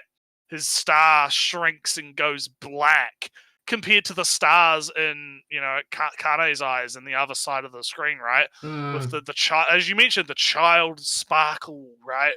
The childlike sparkle and joy and, feeling of bliss, right? That comes from being able to finally act the way she wants to act, right? Or, act in her own way, right? The contrast, I think it was very good to have these two things happen in the same episode, right? And to have that contrast right after happen. each other. Kana sparkles. Right after each other too, yeah. Like literally right after each other, you get this it's like a whiplash, right? Where you go from, wow, that's so happy, cool, she's come out of her shell, she's being herself, cool, and then Aqua is like, big murder time. Nah, I have no talent at all. I am completely talentless. I'm just going to but then he's going to very expertly. I'm gonna get through on raw spite and anger. Man, too angry. Oh, what's the meme of the bird? It's a bird being held in the ear by sheer force of anger alone, or something. Like just pure negative emotion driving this man, right? Yeah, man too angry to die. Yeah, Good is right. Literally too angry to die. So yes, very good episode. I thought it was fantastic. The overall season has been really good. Actually, I've been very much enjoying it. It's definitely a highlight. Yeah, I just wanted to quickly mention the last scene we have in this collage where it's not Himekawa, but something like that. I'm forgetting his name. So Blade, the actor portraying Blade, right? Yeah, he's portraying a fire hot character, a shonen protagonist, even. Yeah, very generic shonen type fella. Yeah, shonen type fella. And hot-blooded. Well, Akka can't act emotionally very good, only really the spiteful parts. So he's going to be cool, collected.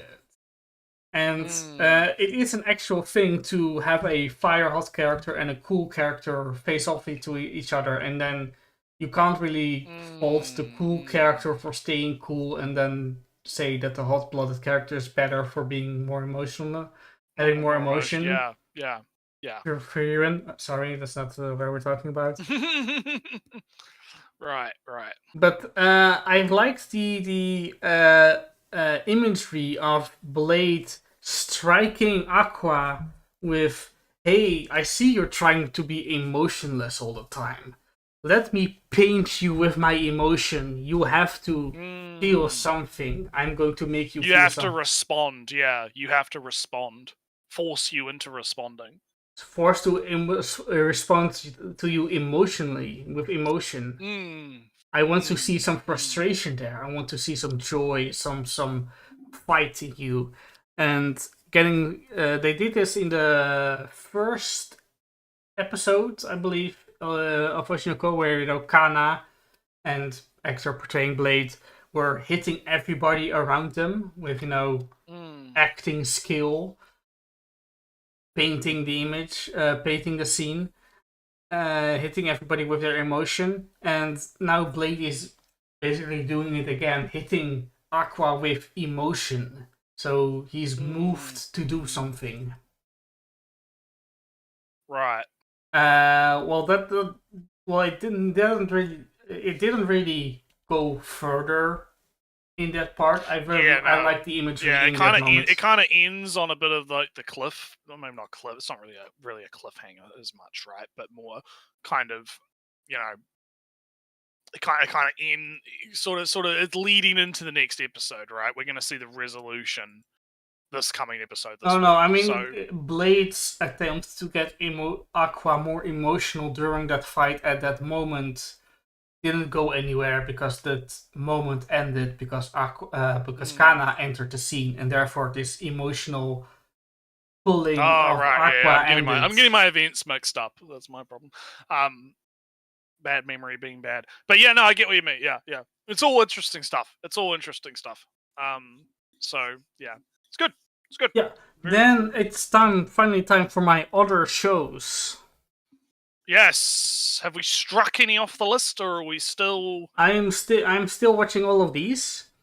All right. I have the least to say, I believe, on Dungeon People, because Dungeon People is just semi-emotionless girl is doing more emotional connection thing. Dungeon People do be dungeoning. More kind of world building ish kind of deal. Oh, how it is to manage a dungeon.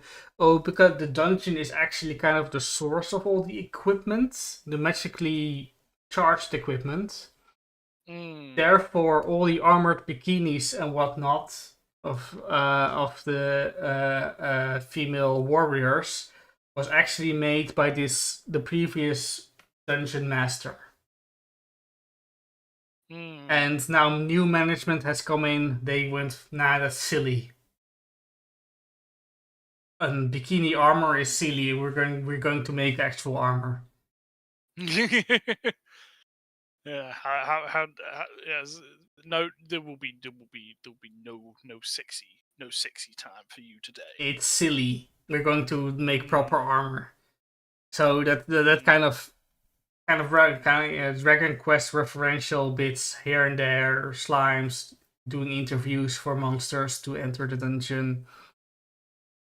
There is I'm going to talk longer than I thought. There is a kind of a little bit of a brutal element. Last episode, they did interviews for new monsters to enter the dungeon. Right, as you do. As you do. Again, ignoring all the lore and reasoning and world building, one of the interviewers got killed and replaced by another person. Oh. That other person, a Dark Knight kind of deal, or a big armored guy with sword, says, "I am here to steal your gems." Oh. And our two to me. Our two girls right here says, you killed the person I wanted to hire for this dungeon. You came in here to claim you wanted to steal things.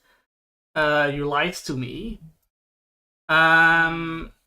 Usually when there's a raid of some kind for my gems, I let a couple people live. But I can't let you live. You're going to die. Yeah. So his arms all of you be die now. Yeah, but he's alone this time, so there's no benefit of letting him go. So he's just going to die. So arms chopped off, head decapitated, and he's turned into a zombie. Undead. So there's a neat. It's a very happy, lucky. Hey, let's be friends together. Oh, we're actually kind of a family, and you die. Your head. Brutal murder. Yeah. Both your arms are cut off, and then hey, what is your last words? Now that you have no arms, any last words? Nothing? No. All right, dead. Kill you. Stabbed, and head decapitated. So there's a brutal edge, but. Going to the pseudo harem, Nretsew, they have a love confession. Oh! They are a couple. And the show almost continues as always, except that the guy has graduated. Oh. They're in a semi-long distance relationship. They're not in the same school. The guy goes to the college and she is going to the school. So now it's her worrying about how popular and not popular she is, how often they can meet each other, picking out clothing. What does it mean? He's now older, a semi-adult, because he is not in the high school anymore, out of uniform. What does it mean to be grown up-ish now? All that kind of deal, all that kind of stuff going on. It's all still very sweet, fluffy romance, but there is, still the considerations and worries around having a relationship.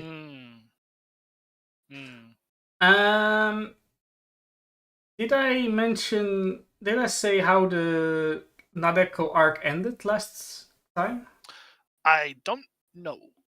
Was it Don't about the remember. god Nadeko kind of accepting her previous versions, her previous past? Yeah, you did mention it. You did mention that, yeah, about all the different versions of the. Yeah, you did. We did talk about that last time, yeah. Maybe there was So this... what's the update basically? The arc. The arc is alright. So maybe the god Nadeko got captured.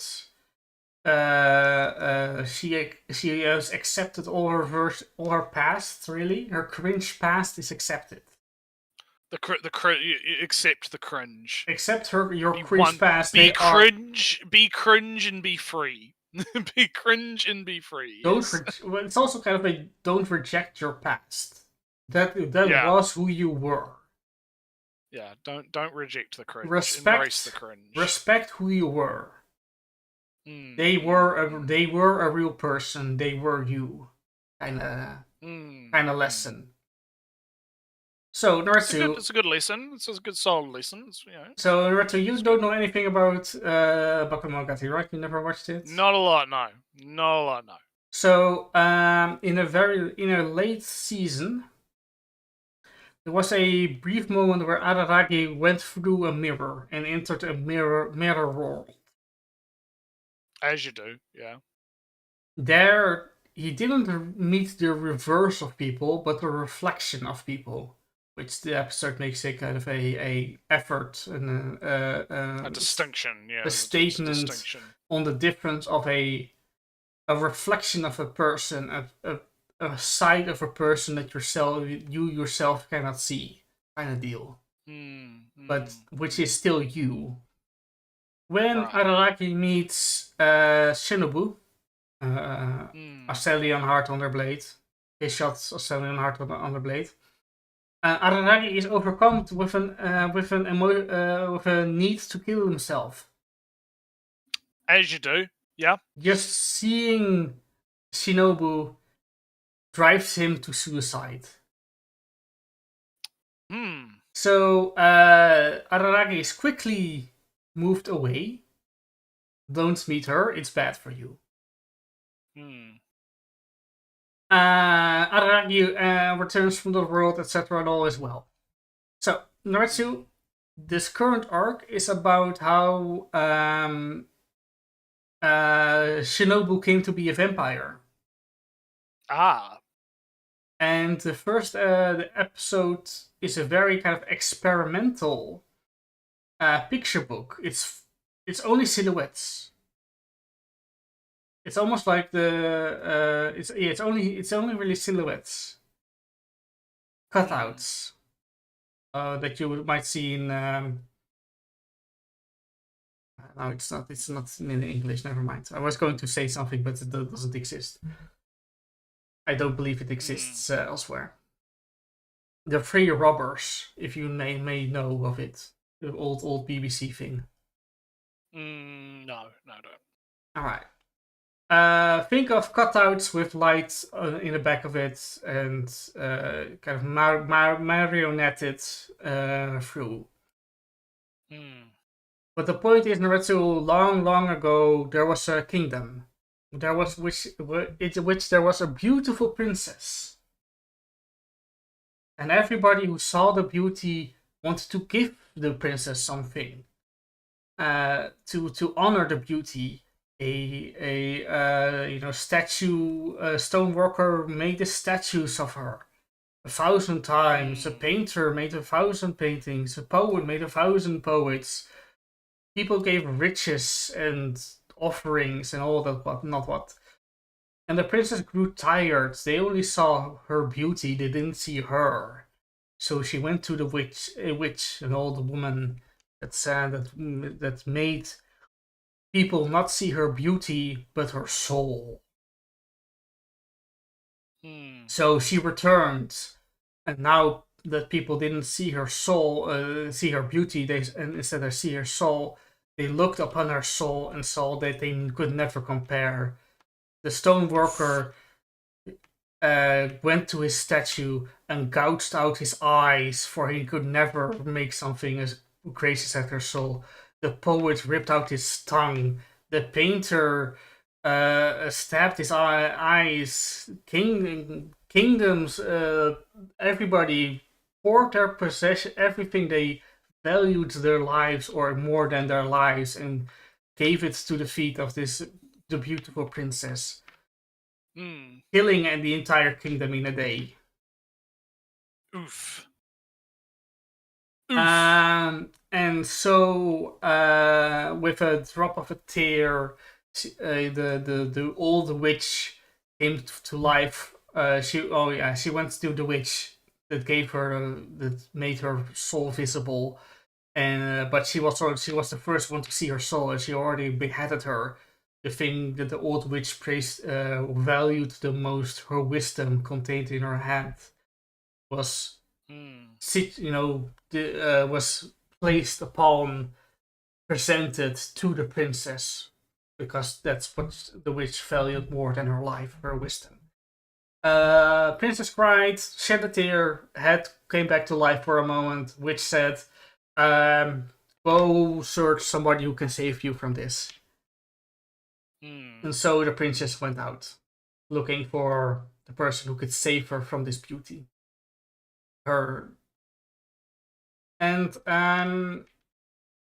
that's that is very likely Shinobu. That is Shinobu, will be Shinobu at least. It's a Neat. fun little side story. Very. This is still Monogatari monster and off season story.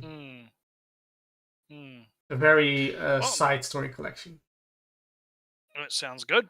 Last one is How to Become Ordinary. Nretsew, the girl wants to kill you. She will cancel you for life. The guy, like I said last time, the girl will kill you, cancel you for life. The guy will just be smug that he solved the mystery. As you do, yeah. So the last 2 episodes were pure mysteries confined in a single room. Okay. The student newspaper group has a little bit of internal conflict, internal gripes with each other. Suddenly there is a cake missing. A tart missing. The cake, you could say the cake is a lie. Well, the thing is that in one of those tarts, there was a super spicy sauce added in. But none of them got the spicy sauce. That means that somebody stole a cake. Oh. And breaking news. Hate to interrupt you, but the real G, Andrew Tate. We have Andrew Tate news. Ooh. Hot news. All of his supercars have been seized by Romanian authorities. Oh yeah, I saw that. He had 34 in total. Yeah, I saw that the before. video. Why does one man need 34 cars, Alex? Because he's a man and he needs to. Because he's a real man. Real men have 34 cars. Because how more cars you have, how more that you've proven that you're a man. I hate to completely derail you talking about anime, but it's like, why? Okay, I get it from like, okay, you're a collector, right? You're collecting cars, and you have like a big garage where you like a museum or whatever, and you're collecting the cars, right? That's one thing, but I don't really think Andrew Tate is like collecting cars for the sake of collecting cars. There are the tax benefits. There's the tax, and if you have property that's differently taxed than raw money. I guess you could, maybe it's some weird tax thing where, the cars don't get taxed as much as other property. It's quite, I don't know. It just, because like, I think about it from like a utility standpoint, like, right? Because cars are fucking big. You have to have the space to put the cars in the somewhere, right? You have to be able to store them, right? And so it's like, if you're not using them, then it's kind of just... I think it's mostly you get cars and fancy art more so you have money in things rather than on the bank, which the government so can not take liquid, more not liquid property. Yeah, Yeah, that's not kind of liquid. deal. But alright, so back to the mystery show. Nobody got the spicy tart, therefore somebody stole it. Who is it? We don't really trust each other from the start. We better solve this Yeah. mystery, otherwise there's only more to distrust in the future. The answer is known to the audience fairly quickly, but the fun thing of the show is way more in how do the characters solve it. Yeah, how does each character individually figure it out? And eventually they solve it right at the end of the episode, and it's just kind of turns into a very neat bow, a neat package. Like, ooh, that's very neatly packaged in. All the corners are nice and tidy. There's a nice little bow and ribbon, a nice little flower on a sticker on the side, which matches the colors. All very tidy. That's episode 1. The second episode is our protagonist, Nretsew, decides to trick our girl. The fox is going to outwit the wolf. So, she sends our protagonist off to do an errand. Get me 4 cakes. Get me four little tarts. As you do, yeah. They only have 3.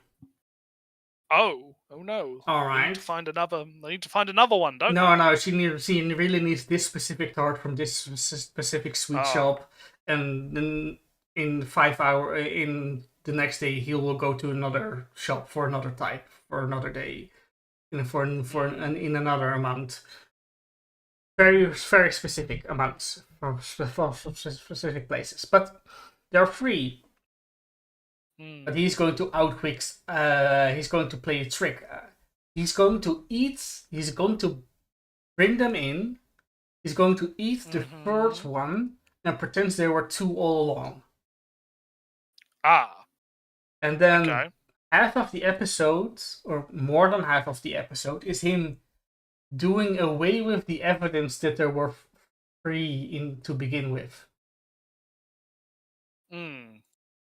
Plain old trickaroo. And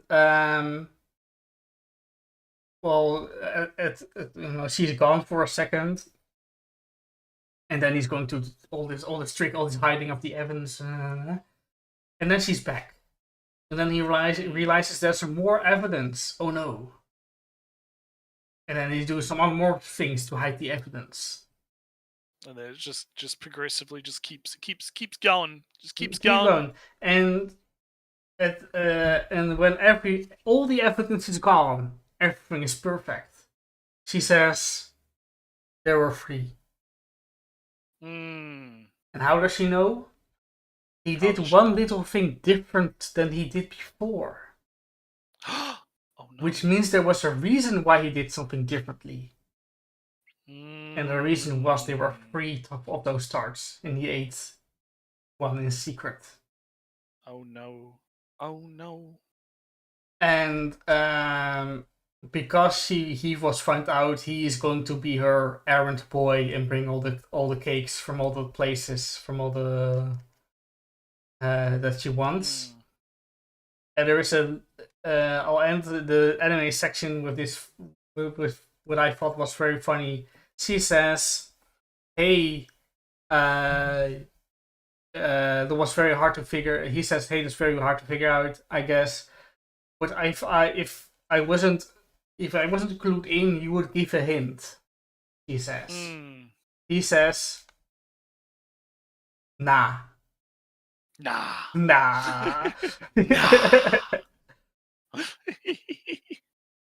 He is the fox that likes to trick and know and out-trick everybody else.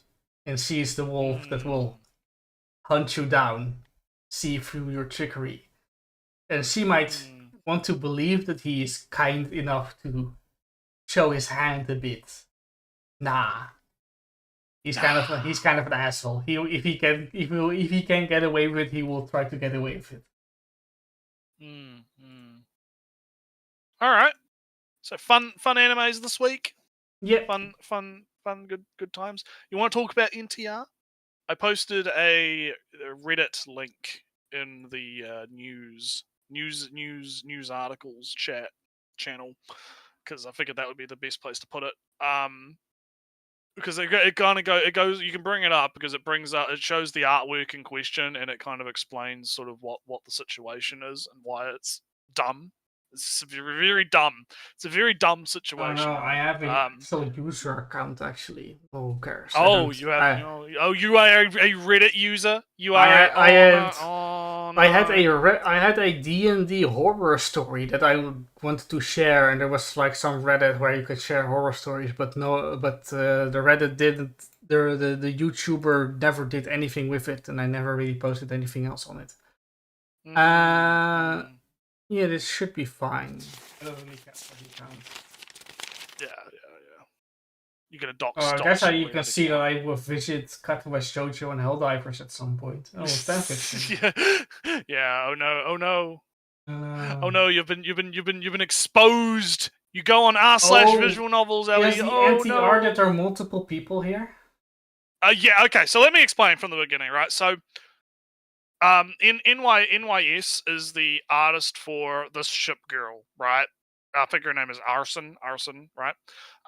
And he put out, or she, we don't know the gender of the artist, so just, artist puts out this artwork, right, on Twitter of the new skin for this girl, right? And it's barkeeper skin, right? Because the whole theme was like Wild West, Americana, tavern keeper type dress almost, right? And so they put out this image, right? And it's a pretty good piece of work, right? She's got the cleavage, right? She's got a hint of a darker color over here. Yeah, she's got like the little key, right? She's a little bit of spludge on her, suspicious liquids. She's a bit, ooh, what could be going on, right? Yes. So, because there's the free shadows, right? The free shadows, or the two shadows of the men, right? It is hinted that people were idiots, I guess, were going, wait, those aren't the Meijus, which are like the little chicken bird looking things in Azure Lane, right? Yeah. And it's not the Shikikin, right? It's not the commander. Who could they be? Who could those other men, Ellie? Other men with my ship girls? Oh no. How? Oh no. And so the Chinese kind of started to get a bit mad, as you can kind of see if you scroll down. There's some tweets, right? It's a tweet. I like how one of them is just like so horny. One of them is just so horny. But there's a few tweets that are kind of like, they're a bit, oh no, NTR, my ship girl did lewd things. Something that I've come to really enjoy is right here. Yeah. Oh yeah. Maybe I should zoom What the fuck is wrong with you, idiot? Yeah. Send you girlfriends to Africa, not this creating picture like this. Yeah. So basically, what I love the most about, one of the funniest things I love to do is to play a game, Ellie. Do you want to know what the game is? The game is guess the Chinese user trying to type in English. Because you'll get Chinese users that will show up and they will like try and sound like they're English, but it's very clear that they're Chinese, and they're like either using an MTL or they are like there's a specific cadence in text, right?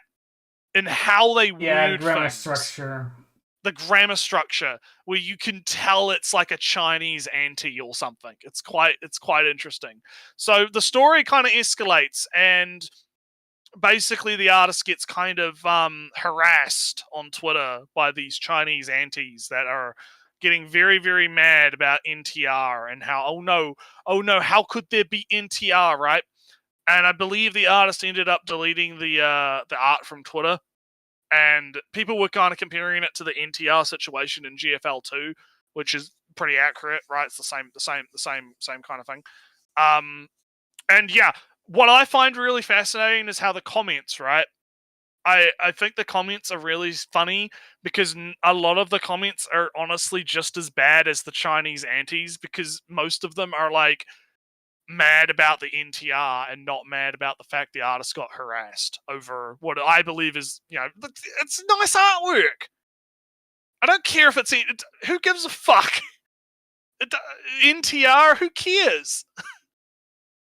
Like, what? Because what could the implication... Like, my interpretation of the artwork would be something along the lines of, oh, she's just been servicing the commander and now she's coming out the door and there's other customers and she's just, different interpretations, right?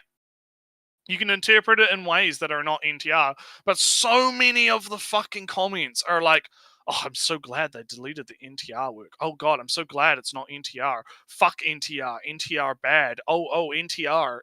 Like, these motherfuckers think about NTR more than people that are actually into NTR, right? Like, straight up. They fucking are insane, right? The mere fucking suggestion of NTR makes these people spurg the fuck out, and it's hilarious. It's hilarious, right? Like, oh god, these it's so crazy, Ellie. So what is your take? Have you got a take on, oh no, NTR in my ship girls? Art is whatever you want it to be.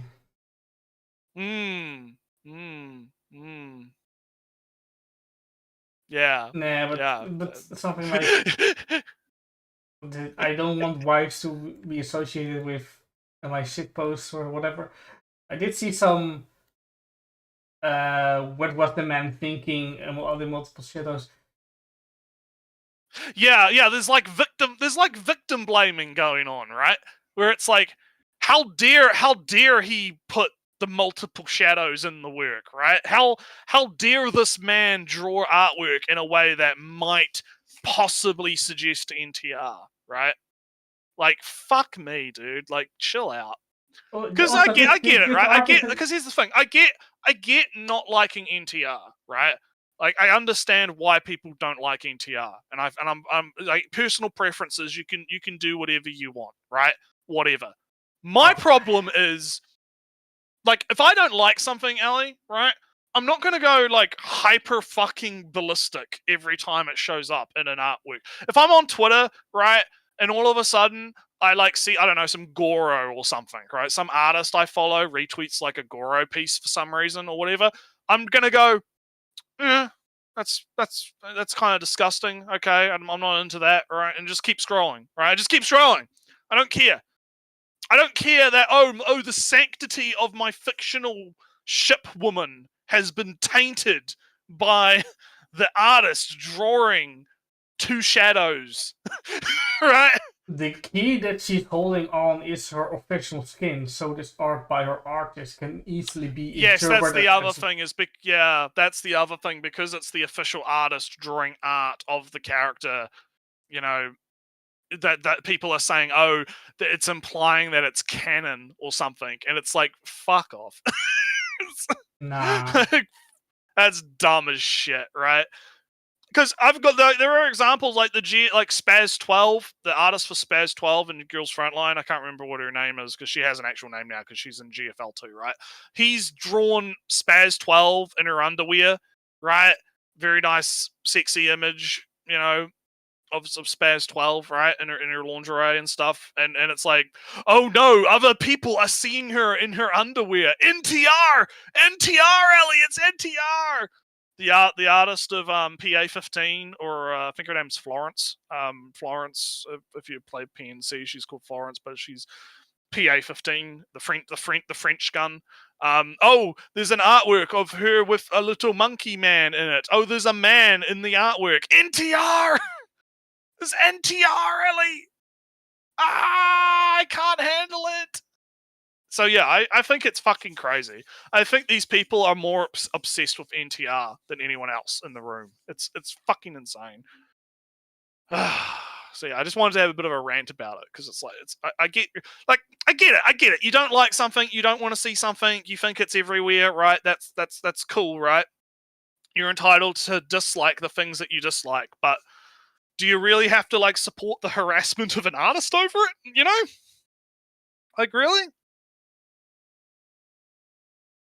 No, you see, Nretsew, I have to share my opinion. Yeah. In the What have you case of found? NTR, these 3 guys don't give a crap about the one girl. It's your fault, I have a boner type mentality. The commander, I believe, actually cares about SKK his is girls. command. Yeah, it's short for Shikikan. Yeah.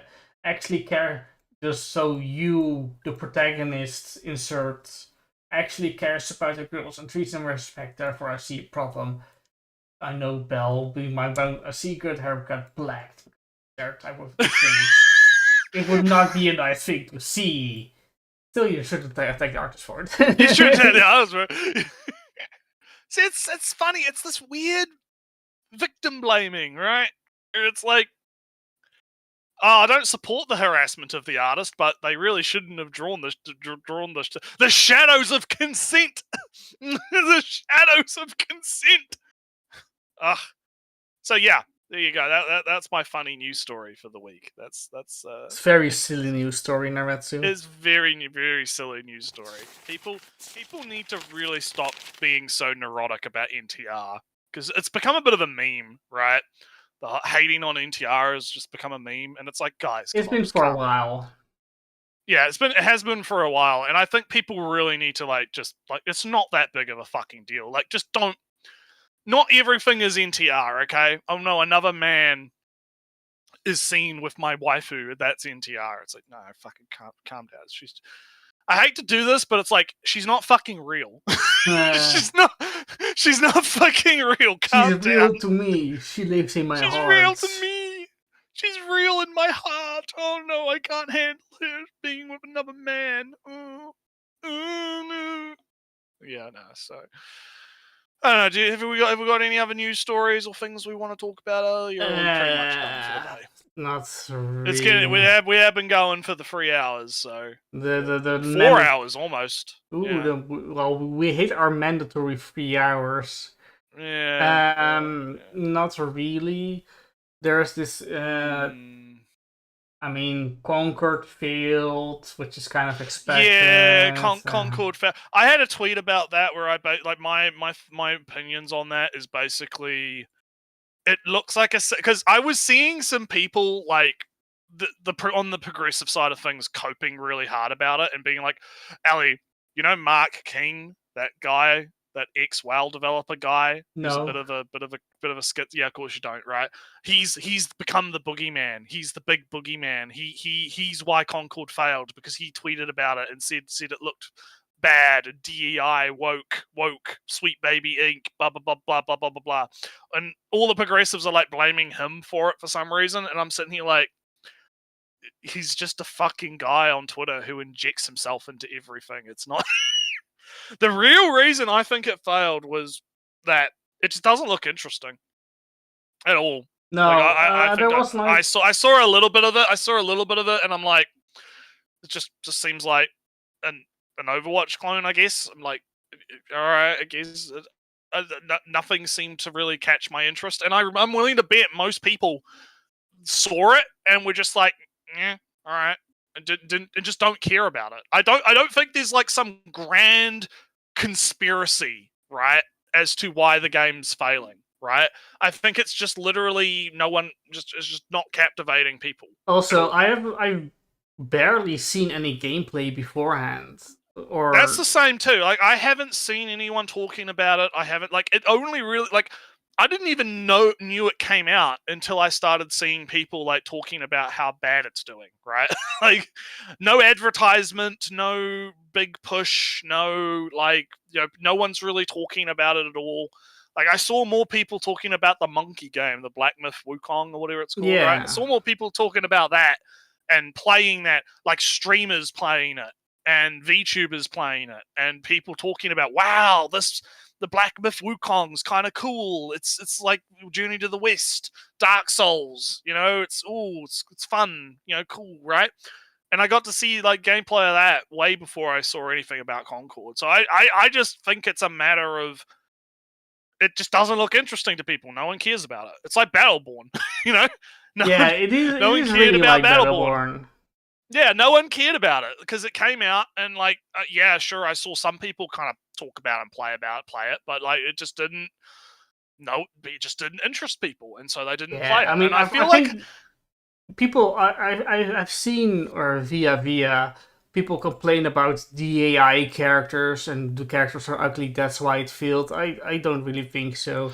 I don't necessarily think it's like, I think that's part of it. I'll be real, but I feel like on both sides of the spectrum, I think people are way too quick to jump to conspiratorial thinking, right?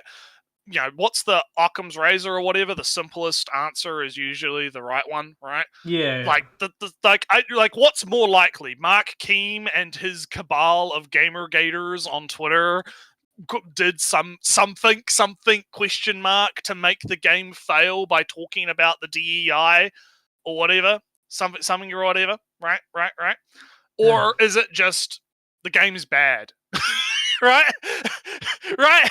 Is it just like what is it looks like Good is saying, right? It's like it just looks like shit. Like what else do you want, right? And I mean, I guess that's sad for the developers of it or whatever, but games can be bad. Yeah, Shocker. I said I said last time, or maybe just the stream that was before it. I still believe you can basically blame all current thing Sony on, was it Jim Ryan, the previous CEO? Because this was I don't know is Concord a Sony game? I thought it was a PC game. No, it is Sony. Sony published. Oh, it is Sony. So it's also Sony owned studio. And the game is like 8 years in development, so you better bet it was imagined as a live service and then it was stripped out it was made, then the live service was mandated in, and then suddenly live service became an icky word, and then it was mandated to be stripped out. So I can see the game was being kind of, and then it basically comes out past its time. Basically. Yeah, because it had two whole cycles of game development to putting live service in and out, so therefore it's like 3 years out of date, kinda. Right, yeah. It's like, so it's one of those things where it's like, I can I see the DEI stuff. I do think that the DEI stuff is true, and I do think that there's a push for that and there's stuff going on, right? But at the same time, I think people kind of do a few logic jumps sometimes where they that's not the only problem here is what I'm getting at. Like, I think that there's other things going on that's causing these games to fail, and I think part of it is that they're not really focusing on making the good product, and they're targeting markets that don't exist, right? They target markets that may have existed 5 years ago. Maybe like Dustborn is more cringe actually, but isn't that indie or something that can be cringe? Yeah, I think that's a one. And it's like, look, I don't care if they want to make these games, right? If they want to try and make these fucking cringe ass social justice warrior whatever games, more power to them, right? If they want to basically toss money into the fucking pit, right? Let indies be cringe. That's what they're there for. Yeah, make your cringe. Like I said, be cringe, be free, right? But I feel like what happens is when those games do fail, like just as much as the rightoid, culture warrior side likes to get into conspiratorial thinking about BlackRock and DEI and all that kind of stuff, right?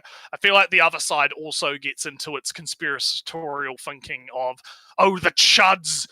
Ellie, the chuds. We went to the chud table and we had our meeting and we decided we're going to destroy this game, right? It'll never be successful because the chuds won't buy.